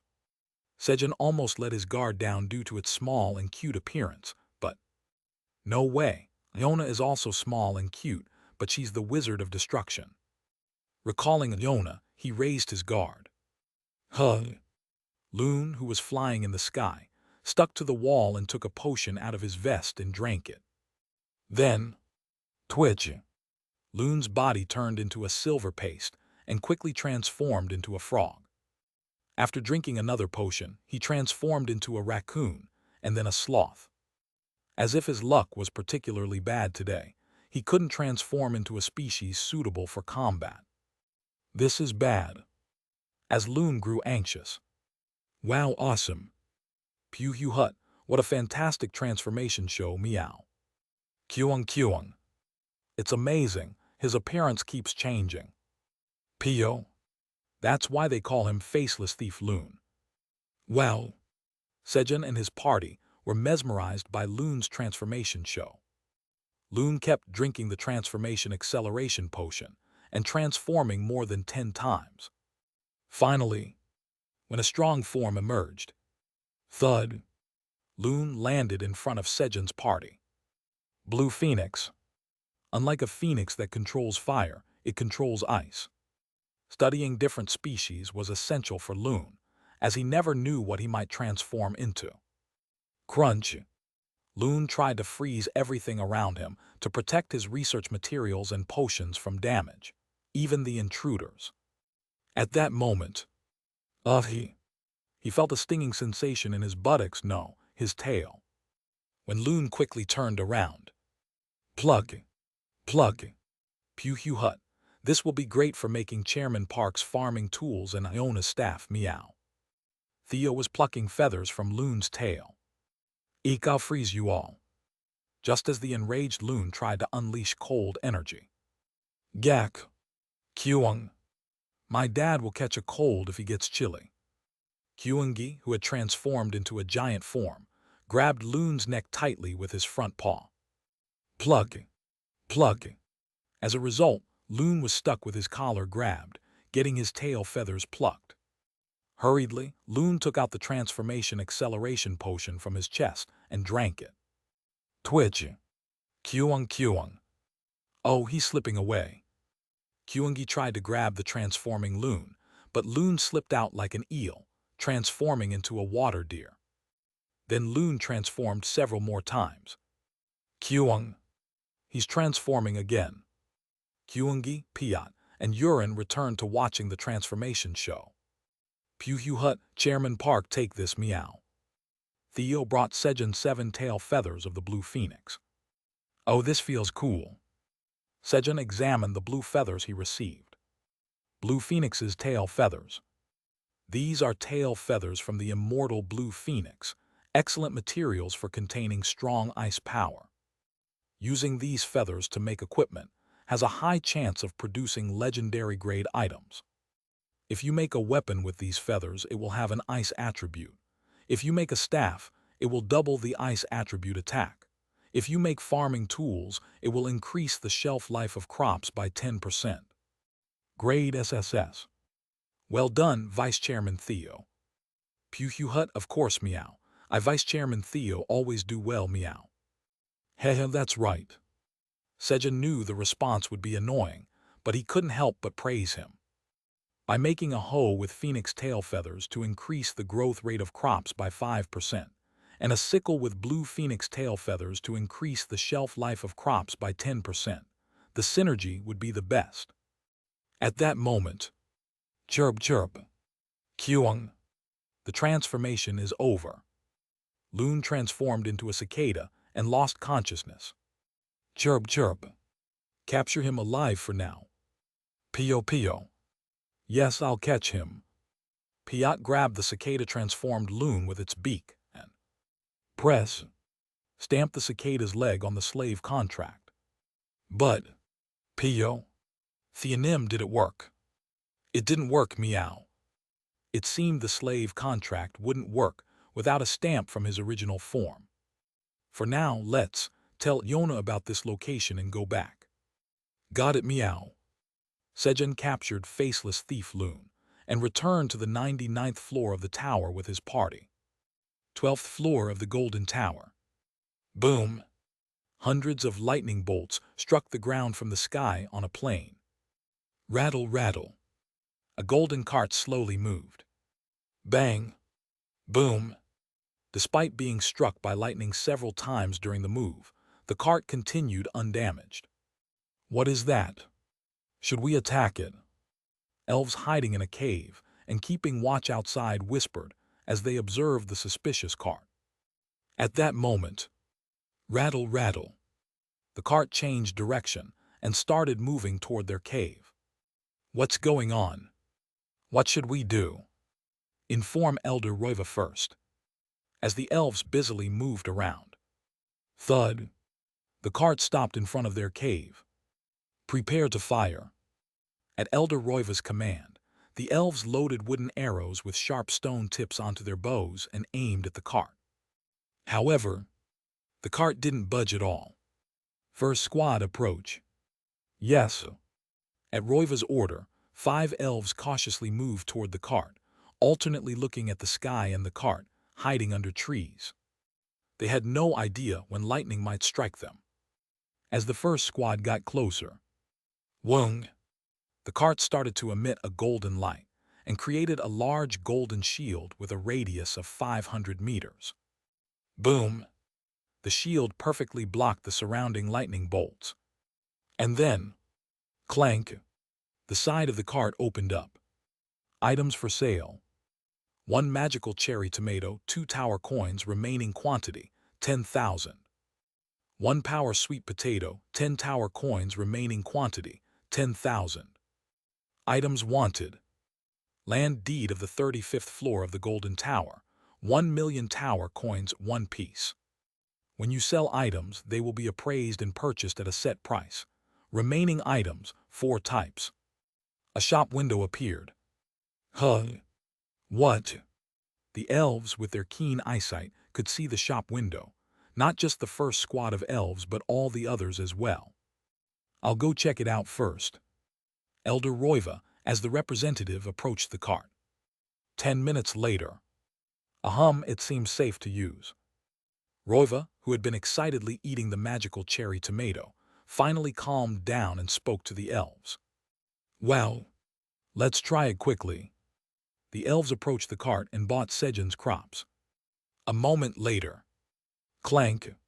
After the transactions were completed, the side of the cart closed. Goodbye. Come again next time. Rattle, rattle. Leaving the elves, who were holding Sejun's crops tightly behind, the golden cart started wandering the Golden Tower in search of new customers. Chapter 418. Blackie, does it feel refreshing? You have arrived at the 99th floor of the Black Tower. Home. Moo. Hello, Sejun Nim. As Park Sejun appeared at the waypoint, the Minotaur King greeted him. Yeah, hi. By the way, is my Kyungi doing well in special training? Moo moo. Of course, you'll see great results soon. The Minotaur King answered Sejun's question with a confident voice. Great results? What kind of great results? Our Kyungi is already strong, isn't he? Feeling uneasy, Sejun wanted to ask more, but it was too late. Rumble. Under the dark sky, the black minotaurs were lying on the ground, snoring as they slept. It was already too late due to harvesting pears on the way back at the pear farm. It seemed the parent-teacher conference would have to wait for next time. After greeting the Minotaur King, Toryang. Sejun quietly summoned Toryang. Yes. Understanding Sejun's intention, Toryang quietly appeared. Thus, Sejun climbed onto Toryang's head to go home. But why aren't they coming out? Normally, as soon as they arrived, Theo, Kyungi, and Blackie would have jumped out of the void storage. Piat and Urin had left again to collect Urin's debt. Clank. As Sejun carefully opened the void storage. Gororong. Kurorong. He saw Theo and Kyungi sleeping, half buried in treasure and hugging each other. Kaying. And Blackie, squeezed between them and struggling to breathe, was whimpering as he slept. Hee how cute. Watching the 3 of them sleep, Sejun first separated Theo and Kyungi for Blackie's comfortable sleep. Plop. Puhut. Theo was placed on his knee. Hug. Kyuiha. Kyungi was held in his arms. Swoosh. K-Kivit. And Blackie was put into the sling bag. After organizing his companions, Sejun was about to leave the void storage. Chirp chirp. He heard a sound from the corner of the storage. Huh. Looking at the source of the sound, he saw Loon, who had transformed into a cicada, trapped in a jewelry box. It seemed it was locked inside to prevent it from escaping. Wouldn't it die if it transformed further? Sejun took out the cicada and placed it on the ground, putting a gold coin on its body to prevent it from running away. A while later. Master, we've arrived. Yeah, thanks. Sejun, who was dozing off on Toryong's head, quickly raised his head, pretending not to have slept, and opened his mouth. Sejun got off Toryong's head and said, Kyungi, wake up. You need to sleep with mommy. He woke Kyungi and sent him to Pink Fur. Kyung. Okay, Dad, have a good night. Kyungi, with his eyes half closed, waved his front paws as a farewell and flew to where Pink Fur was using telekinesis. Then Sejun entered the kitchen to prepare the pears and other fruits he had harvested today. And then, now it's time to sleep. He went to bed. Kaying took Blackie out of the sling bag and placed him on his chest. Gulp. You have consumed medicinal mugwort. All stats increase by 20. Your lifespan increases by 3 months. You have consumed a bitter-tasting medicine. Talent, a medicine that's bitter is good for stamina is activated. Stamina increases by 9. He passed out after eating the medicinal mugwort. The bitter taste was still something he couldn't get used to. About 2 hours after Sejun passed out, Piaz, Peacebees, who had been hiding on Sejun's forehead, stretched and got up. It was later than his usual wake-up time. Today, he had slept in later than usual because he had woken up in the middle to protect Sejun. Pip pip, good night everyone. Peacebees quietly greeted Sejun, Theo, and Blackie and left the bedroom. Then, flap flap, he went to the kitchen to eat. Pip pip, there's pears today. Peacebees looked at the pristine white pear slices Sejun had prepared and excitedly jumped towards them. S up. Pip pip, it's so sweet. Having drunk all the juice from the pear slices. Pip pip. Only then did he notice the note placed next to the fruit plate. Peacebees, deliver this to Iona, Sejun. It was an errand from Sejun. Pip pip. Peacebees got excited after seeing Sejun's errand note. Finally, I can get a 5-star stamp. I've been preparing for this day. Peacebees, smiling brightly, pulled out a small bundle of paper that he had carefully kept hidden in his fur. Flip, flip, flip. As he unfolded the paper that had been folded dozens of times, there was a bat drawing that Peacebees had meticulously drawn, with 10 empty circles inside. Peacebees. Peacebees looked at the paper with satisfaction, then folded it back up dozens of times and tucked it into his fur. Pip step. He flew towards the Black Wizard Tower, located in the southern part of the farm.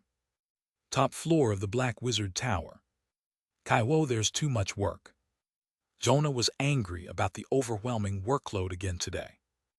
As the tower master of the Black Wizard Tower and also the chairman of the Wizard Association, she had to handle both responsibilities, leaving her extremely busy. Recently, she had even appointed 10 vice-chairmen to assist her, but all of them had fled within a few days. All 10 of them. Kaiwo, I won't let them off easy if they come back. Yona angrily flipped through the documents, cursing the vice-chairmen who had run away. At that moment, Pip pip, Iona Nim, can I come in? Peacebees poked his head through a crack in the window, cautiously checking Iona's mood. Kaiwat, come in quickly. Iona hurriedly put down the documents and welcomed Peacebees.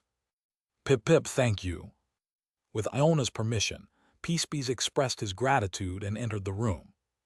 Then, Pip pip, this is from Sejun Nim. He handed Sejun's note to Iona. Kaiwat, a note. Jonah quickly unfolded the note and began reading it. Kaiwat, you caught the faceless thief Loon. Yona was shocked after reading the note. The faceless thief Loon was someone the Wandering Merchants Association, the Wizard Association, and the Free Mercenaries Association had been chasing for a year without success. The note mentioned that Loon had been caught at his hideout and provided the location of the hideout, along with a request to collect the items in the laboratory. Kaiwat. I had to go to the 81st floor of the tower anyway, so this is perfect. The 81st floor of the tower was where one of her slaves, no, one of the vice-chairmen who had fled was hiding. Kaiwat. By the way, what is Theo Nim doing these days? Pip pip, Big Brother goes to work at the Green Tower every morning. Peacebees eagerly shared what he knew in response to Iona's question. A moment later. Kaiwat, thank you. You can go back now. I'll head to the 81st floor of the tower right away. Pip pip, yes, goodbye. Relieved by the conversation about Theo, Iona sent Peacebees off and set out to chase No to retrieve the vice chairman who had run away. All right. Sejun opened his eyes as morning came. The seal of the Earth's jewel has been broken. Rock, the god of rocks who was sealed in the Earth's jewel, is released from the seal. Rock, the god of rocks, repays the favor to the one who released his seal. Rock, the god of rocks, repays the favor by creating a rock path on 3.3 square meters of land. During sleep, 10% of your life force has been stored. Life orb is 8.69% complete. 0. 1 magic power has been accumulated over 24 hours. Magic power increases by 0.1. Great. A rock path, is it a golden rock? Confirming the messages, Sejun quickly got up, taking Theo and Blackie. Then, swoosh. He marked the date on the bedroom wall and went outside to find the golden rock path. But, oh, it's bread. Contrary to Sejun's expectations, it wasn't a golden rock but a brown loaf of bread. Although it wasn't what he expected, he liked it even more. Finally, it seemed the gods were getting the hang of it. Hee, French toast for breakfast, huh? Sejun's excited face stiffened as he grabbed the loaf of bread. Why is it so hard? The bread was as hard as a rock. However, it wasn't an actual rock. If it had been, it would have been a real disaster.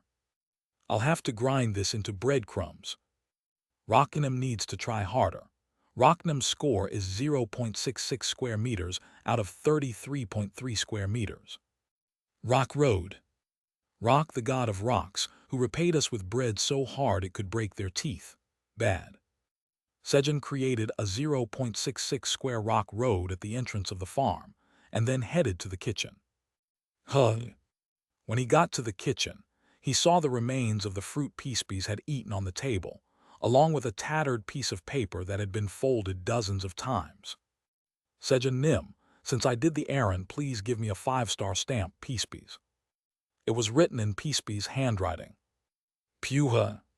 When did Peacebees make this? Hee, how cute. All right. Sejun took out the 5-star stamp and stamped Peacebees' stamp paper, then folded it carefully and put it in his pocket. A little later. Kyung. Dad, good morning. Kyungi entered the kitchen, rubbing his eyes. Yeah, Kyungi, did you sleep well? Kyung. Yes. Good. It seemed so. Kyungi's right front paw and the fur around his mouth were sticky, showing traces of honey he had eaten during the night. I should wash him after breakfast. Sit down and wait a little. Kyung. No, Kyungi will set the table with utensils and milk. Kyungi refused Sejun's words and set the utensils and milk at each place. Then, Kyung. Haha, if Kyungi get the 5-star stamp today, Kyungi can get pocket money again. Kyungi sat in his place, looking at the stamp paper with 9 stamps and waiting eagerly for Sejun to finish cooking and give him the stamp. However, all right, let's eat now. When Sejun placed the sweet potato matting on the table for breakfast. Kyung. It's matting, I'll eat well. Kyungi started devouring the matting, forgetting all about getting the stamp. Here, Blackie, you eat too. Sejun put some matting pieces in Blackie's bowl. Kaying. There's another sweet potato dish. Blackie was astonished at the new sweet potato dish. Kivit Kaying. Hee, it's delicious. After a brief moment of shock, Blackie started eating the sweet potato matting delightfully. Vice Chairman Theo, have some grilled fish. Got it, meow. While everyone was enjoying their delicious breakfast. Thump. Sejun stamped Kyungi's stamp paper. My Kyungi has collected 10 stamps. Kyung. That's right, can Kyungi get pocket money now? At Sejun's words, Kyungi nodded quickly, looking at Sejun with sparkling eyes. Yes, here you go, your pocket money. Sejun gave Kyungi 1,000 tower coins. Kyung. Thank you, Dad. Kyungi accepted the allowance with both front paws politely, bowing at a 90-degree angle. Then, Kyuiha. He took out his money pouch and put the pocket money in, feeling proud. After finishing breakfast, Chairman Park, I'm off to work, meow. Theo left for work on the first floor of the Green Tower. Kyungi and Blackie, let's go wash up. Sejun took the two of them to the fountain to wash them. Kaying. I don't want to. Of course, Blackie tried to escape. Kyung. Blackie, come here. Kaying. I'll come. But he had to return due to the scary scolding of his small, stern elder brother, who took out a stick. Okay, it's done. As Sejun finished washing the two, and was drying Kyungi's fur with a towel. Kyung. Blackie, does it feel refreshing? Kia. Kyungi used Kyungfu to dry Blackie's fur. Although it was hard to hear his response clearly due to the wind, he seemed to like it, judging by his cheers. While watching the cheering Blackie, Sejun was drying Kyungi's fur when suddenly, you have exterminated the first calamity of destruction, the locusts, sent to Netta. As a reward for your great achievement, the first calamity of destruction, the locusts, cannot invade Netta. Sejun achieved another great achievement by exterminating locust once again. Chapter 419, Here have some praise. Theo had been selling green onions to the hunters of the Netta on the first floor of the Green Tower lately, but Park Sejun hadn't expected results so soon. Hehe, well done, Vice Chairman Theo. He decided to praise Theo after work and make a giant grilled fish for him. No, I should only praise him a little. Imagining Theo's smug smile after receiving praise made him feel a bit petty. But what is the achievement reward? As Sejun wondered about the reward. Due to the great achievement accomplished in the Green Tower, the reward is split equally with Ophelia Iorg, the tower farmer of the Green Tower. Ophelia Iorg is your slave. You gain an additional 50% of Ophelia Iorg's share of the reward. A reward message appeared. Since Sejun had accomplished the great achievement in the Green Tower, originally, the reward should have been split 50-50. However, because Ophelia was his slave, he received an additional 25%. Thus, Sejun received 75% of the reward, while Ophelia got the remaining 25%. As a reward for accomplishing the great achievement, crops cultivated by Park Sejun, the tower farmer of the Black Tower, can absorb a slight amount of the power of destruction as nutrients. That was the reward he obtained. What is this? There's barely any change. It changed from very slight to slight. Well, at least the locusts were exterminated. Sejun tried to hide his disappointment. But unlike Sejun's disappointment, the change from very slight to slight was a significant one. Crops grown in the field where the core fragment of Fenrir was planted could absorb more nutrients. I can absorb more. I feel full of energy. Most importantly, Flamey could absorb a large amount of the red mist and clean up near the 10th tower a bit faster. Sausage, hurry up and eat. Moreover, Flamey turned the nutrients made from the red mist into fertilizer and gave it to Sausage, the New World Tree candidate. Sausage. Sausage, who could only say its name, responded to Flamey's expectations by shouting its name and working hard. Kyung. Dad, there are more sausages growing on the sausage tree. Oh. Kaying. Hehe, it's sausages. Making everyone happy. Black Tower's administrator zone. Kuahiri, it's done. Aileen laughed, opening the pot lid. Yo. Smelled it and hurriedly closed it. King failed again. But after dozens of failures, Aileen developed the skill to discern if something was edible just by smelling it. All right this time. as Aileen was preparing to cook with a new recipe. Wung! The crystal orb vibrated. What is it? Kuhahiti, did my Sejun do something again? Aileen rushed to the crystal orb to check the alarm.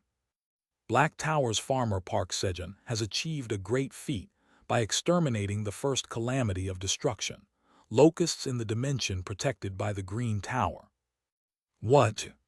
Green Tower? Aileen was puzzled but thought it could happen. Because it's my Sejun. Due to the great achievement accomplished in the Green Tower. Similar alarm messages appeared to those Sejun received. The time needed for the Great Black Tower's growth is reduced by 750 days. The time was reduced because of the 75% reward given for the great achievement. Kring, too bad. It's something our Sejun did, so why share it with Sister Ophelia?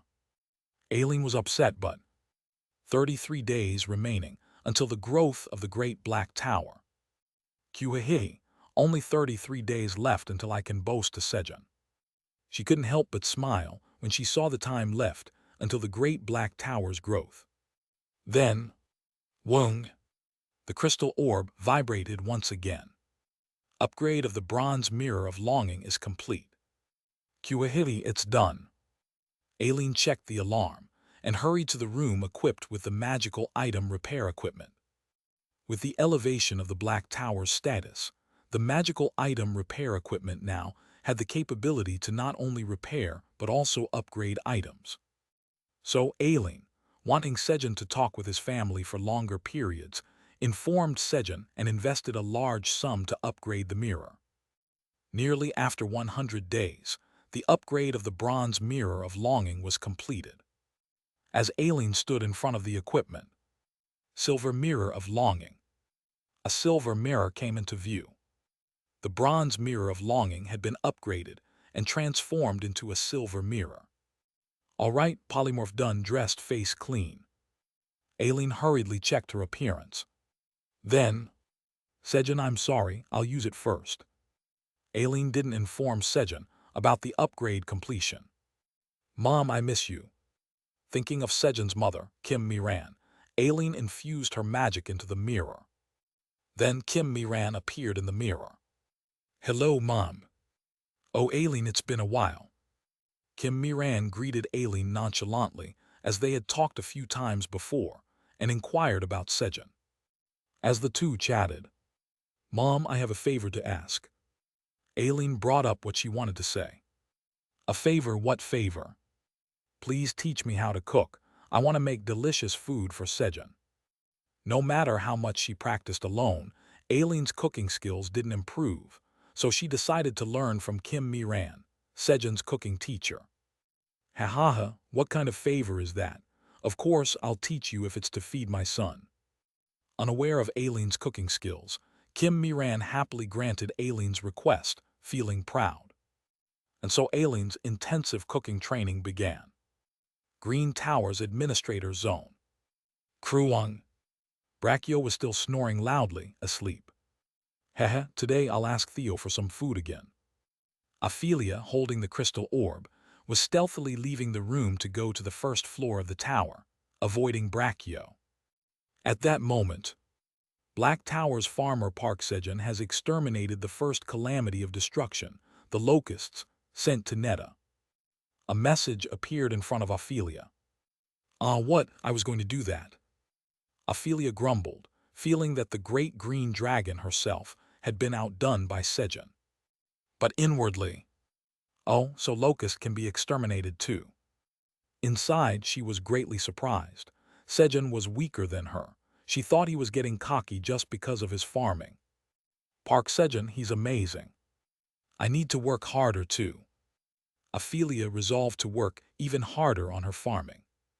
And then, as a reward for accomplishing the great achievement, crops cultivated by Ophelia Iorg, the Green Tower's farmer, can absorb a very, very slight amount of the power of destruction as nutrients. Good, I'll use this reward to eliminate the destruction. There was a lot of red mist outside the tower, if she brought it in and gave it to the crops as nutrients. As expected, I'm a genius. Ophelia didn't hold back on praising herself.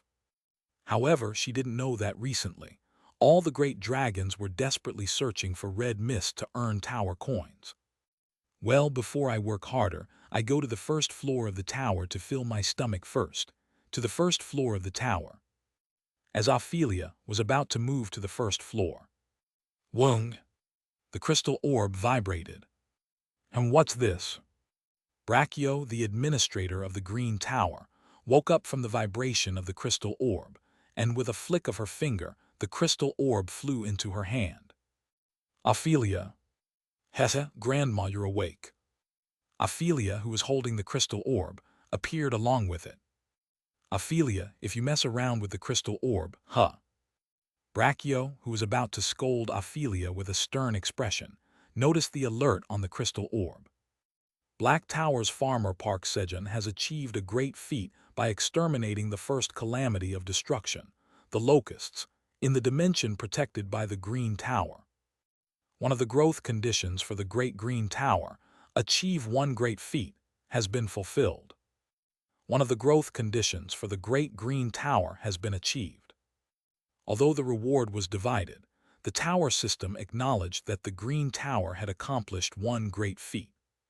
This is unbelievable. Achieving one of the conditions for the growth of the Green Giant Tower. Brachio was astonished after checking the alarm. Each tower's growth conditions differ slightly, and they are all difficult to fulfill. And Sejun achieved that difficult task so easily. As expected, Brachio realized once again that Park Sejun was an extraordinary tower farmer. He must be the best among the farmers of the 9 towers. But how did Park Sejun exterminate the locusts outside the tower? Grandma, actually, Sejun has a shop on the first floor of the tower. Ophelia told Brachio that Sejun had opened a shop on the first floor of the Green Tower. Really? Ha, our Sejun opened a shop in our Green Tower. Brachio, holding back a burst of laughter, looked at the first floor of the tower through the crystal orb. It's true. Seeing the shop selling Sejun's crops, she smiled contentedly. Grandma, I sent the bosses of the 99th, 98th, and 97th floors to guard Sejun's shop. Ophelia quickly boasted about her good deed to Brachio. Good job, my granddaughter. I should send the boss of the 96th floor to the shop and ask if they need anything else. Grandma, can't I go and ask myself? That's... Brachio was about to refuse. If Ophelia went down to the first floor, it would cause chaos in Sejun's shop. Actually, I've been to the first floor before. There's someone named Theo among Sejun's subordinates, and Theo can absorb my energy so it doesn't affect anyone else. Before Brachio could refuse, Ophelia quickly explained that it would be safe for her to go to the first floor when Theo was around. Really? Then only go when Theo is there. Yes, I love you, Grandma. Ophelia, having received permission to go to the first floor, hugged Brachio and acted cute. Green Tower, first floor. It's a disaster, meow. Theo was feeling dejected, looking at the unsold sturdy blade green onions. The extinction of the locusts was good news for everyone, but not for Theo, who needed to sell green onions. With the locusts exterminated in Netta, the Netta tribe hunters no longer needed the green onions, and Theo experienced his first no-bid auction. Since sturdy blade green onions were not edible, it was inevitable. Fortunately, all the other crops were sold out, but I boasted to the chairman before I left. I'm so depressed, meow. Theo was deeply saddened that he couldn't sell the largest volume item, the sturdy blade green onions. Well, see you tomorrow, meow. With his tail drooping, Theo returned to the Black Tower after work. Vice Chairman Theo, welcome back. Sejun, who was grilling a giant fish and sausages, greeted Theo. Meow. Theo was startled by Sejun's warm welcome. I didn't sell everything. This is bad, meow. Theo misunderstood, thinking that Sejun was grilling the giant fish to celebrate his complete sellout. Why is he like this? Sejun was also confused, seeing Theo's expression. Normally, Theo would be clinging to his knee with a haughty attitude, demanding the giant grilled fish quickly. Did something bad happen? Seeing Theo so downcast made Sejun uneasy. Say, I wasn't going to praise him, but here, have some praise. Haha. Thanks to our vice chairman Theo diligently selling sturdy blade green onions in the Green Tower, the locusts were exterminated in Netta. Thanks to you, we achieved a great feat. This is all because of you, Vice Chairman Theo. You did very well. There's no one like our Vice Chairman Theo. Sejun praised Theo excessively. Then, meow. Theo was slightly surprised. But soon, pew hew hut. Was that it, meow? Did I do something good again, meow? Theo's mouth twitched, and then he said, Pew hew hut, Chairman Park, I'm hungry, meow. Hurry and bring out the giant grilled fish, meow. He put on a haughty expression and clung to Sejun's knee, shouting loudly. And then, Kuehe kuang. Hehe, bring out the sausages. Kekilahit kayang. Kekilahit, please bring out the sausages. Kuangi and Blackie followed Theo's lead, shouting loudly. I shouldn't have praised him. Sejun grumbled that he should have held back on the praise, unaware that the corners of his own mouth were turned up. Chapter 420, but why didn't you say anything? Black Tower, 81st floor. Follow me quickly. Yes. Yona, bringing along her slave No, the 8th vice chairman Chad, arrived at the hideout of the faceless thief Loon. I can sense traces of high-level illusion magic here, Yona said, as she looked at the core of the illusion magic circle that Kuangi had broken with force. And then, Chad, do you know what's installed here? Yona asked Chad as she approached the entrance of the building. What? Yes. This is a teleportation magic circle registered with multiple coordinates. Chad speaking nervously while watching Yona's reaction. Fortunately, he wasn't the 8th vice chairman for nothing. His skills were indeed impressive. That's right. It's a teleportation magic circle that sends one person at a time to 5 designated places in sequence. Though his explanation lacked a bit of detail. Cancel. Yona canceled the teleportation magic at the entrance and headed straight to the laboratory. When she arrived at the laboratory, Kaiwat, she was greatly surprised by the vast amount of research materials and the enormous amount of reagents in the laboratory. What kind of research materials are these? Swish. Yona picked up one of the research paper that had fallen on the floor and quickly read through it. This is. The research paper was about high-level transformation magic. Swish. Yona picked up a few more research papers to examine them. Most of the content was about transformation magic, but there were also analyses and breakdowns of magic patterns here and there. Impressive. The understanding of magic by the one who wrote the research materials was very high. Such a highly skilled individual. If someone with such a high understanding of magic were to write reports for the Wizard Association. Kaiwat. Yona laughed as she indulged in pleasant imaginations. But then, what is this? Her face turned sour as she saw Chad reading the research materials with a blank expression. Kaiwo, you don't even know this. I'm sorry. As Iona's anger gauge rose, Chad immediately lowered his head in a bow. Kaiwo. Looking at Chad, Iona decided that she had to make the faceless thief Loon work under her somehow. I want to make him the 0th vice chairman. Instead of sending him to prison, he would serve his sentence at the Wizard Association, and the compensation for the victims would be paid with his vice chairman's salary from the association. That way, I can spend more time with Theonim. Yona, imagining herself clinging to Theo's tail and spending time with Theo, felt happy again. Kaiwat, power of space, grant me a new space, void creation. She moved the entire laboratory into a new void space and transported it to the 75th floor of the tower. It was to accurately determine the amount of Loon's bounty to give to Theo, and to consult with other association chairmen to employ Loon herself afterward. Sejun's void storage. What is it this time? Loon, regaining his consciousness, quietly assessed his physical condition, while others would normally first try to figure out where they were. A blue-furred baboon, huh? For Loon, it was more important to assess his own physical state. He needed to know what creature he had transformed into to move without getting hurt. A blue-furred baboon, strong, agile, and with powerful teeth, combat strength, mid to upper level. Quickly recalling the traits of a blue-furred baboon, Loon stood up. Clang! A gold coin fell from Loon's back. It was placed on his body, which had been transformed into a cicada by Sejun to prevent him from escaping. Where is this place? Loon, standing up, looked around.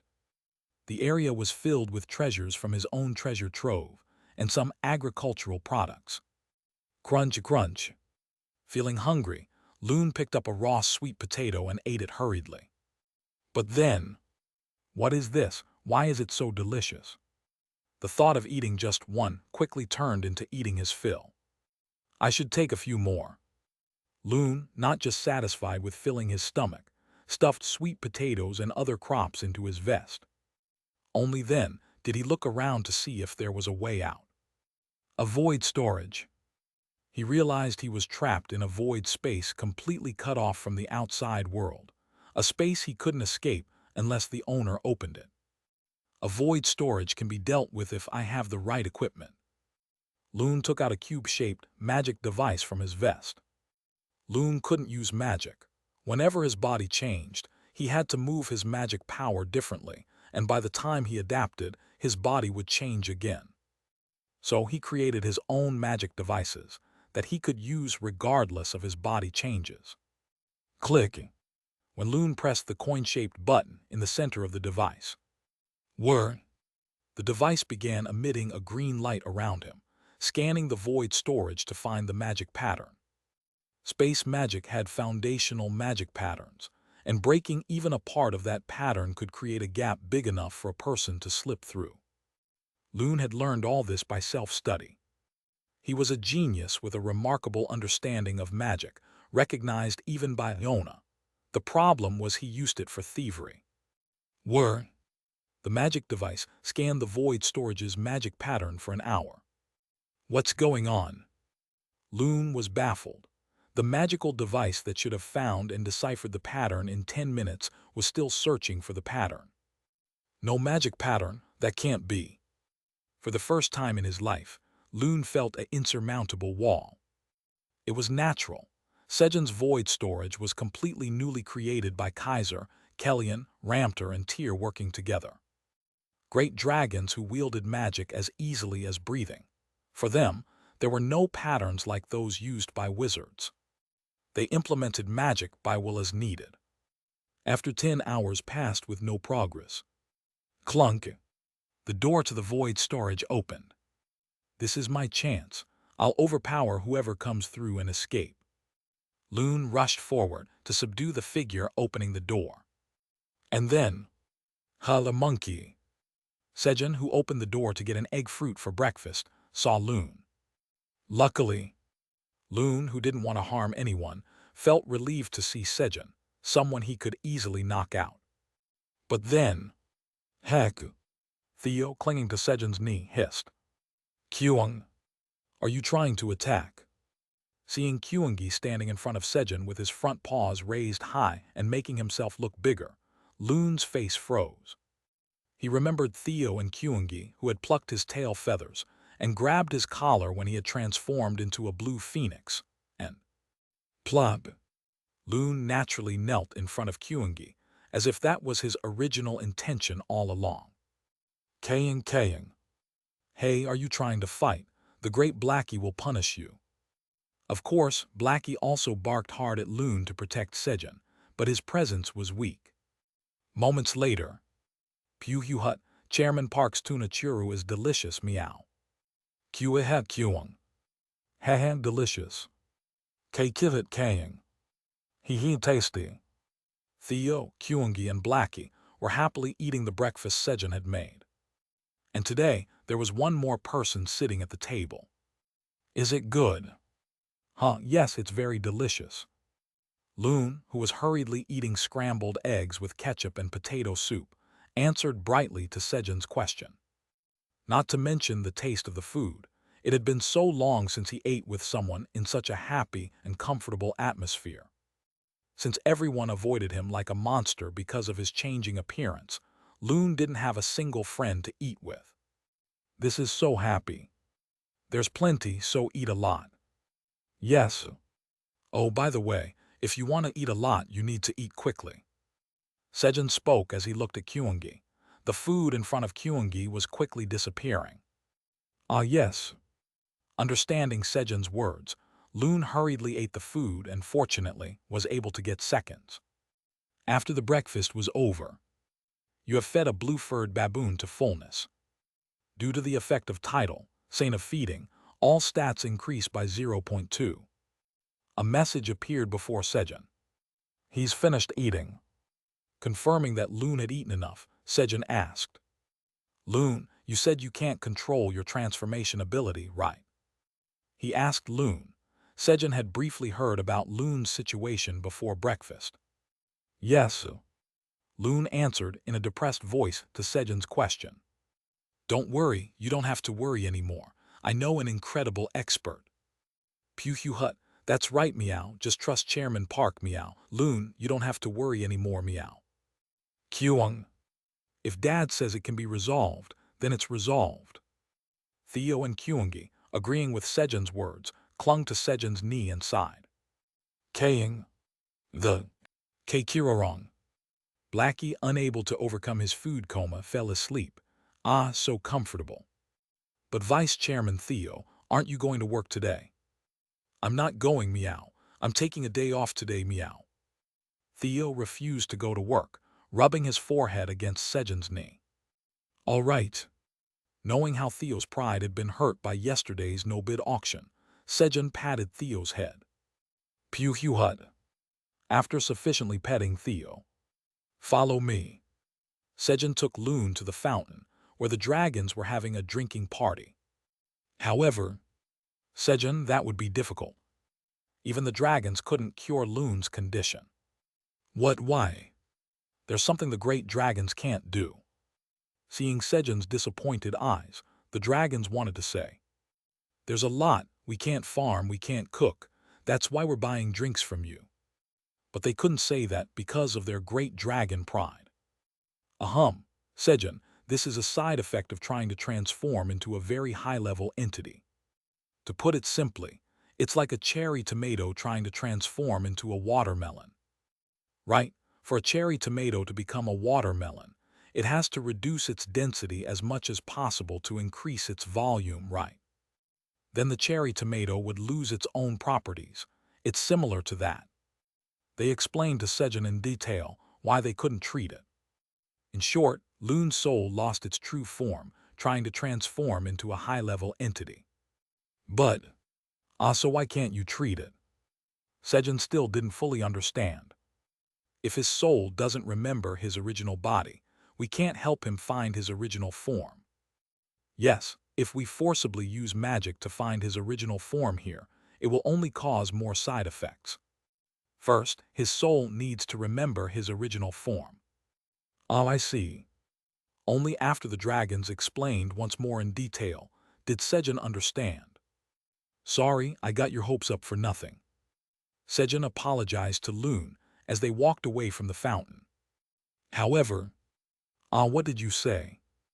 Loon wasn't in a state to answer properly. Even if he weren't in his true forms, he had just faced 4 great dragon leaders, so it would be strange if his mind was clear. Honestly, he didn't remember a word the dragons had just said. Sejun and his party descended back to the ground. This leaves us with the last resort. Vice Chairman Theo, find something you're drawn to. With a hopeful heart, Sejun grabbed both of Theo's front paws and pressed one against Loon's body, shouting, Meow, meow, Chairman Park, there's a pull, meow. Oh really, where? As expected of Vice Chairman Theo. Here, meow. Theo confidently pointed to the bag he was carrying. Vice Chairman Theo's bag. That's right, meow. Since when are you feeling the pull? Since we met, Loon, meow. But why didn't you say anything? While Sejun looked at Theo in astonishment. Pew Hugh Hut, didn't I tell you everything would be fine if you just trusted Chairman Park, meow? Theo boasted loudly, sending Loon a look that said, isn't our Chairman Park amazing, meow, feeling proud. What's going on?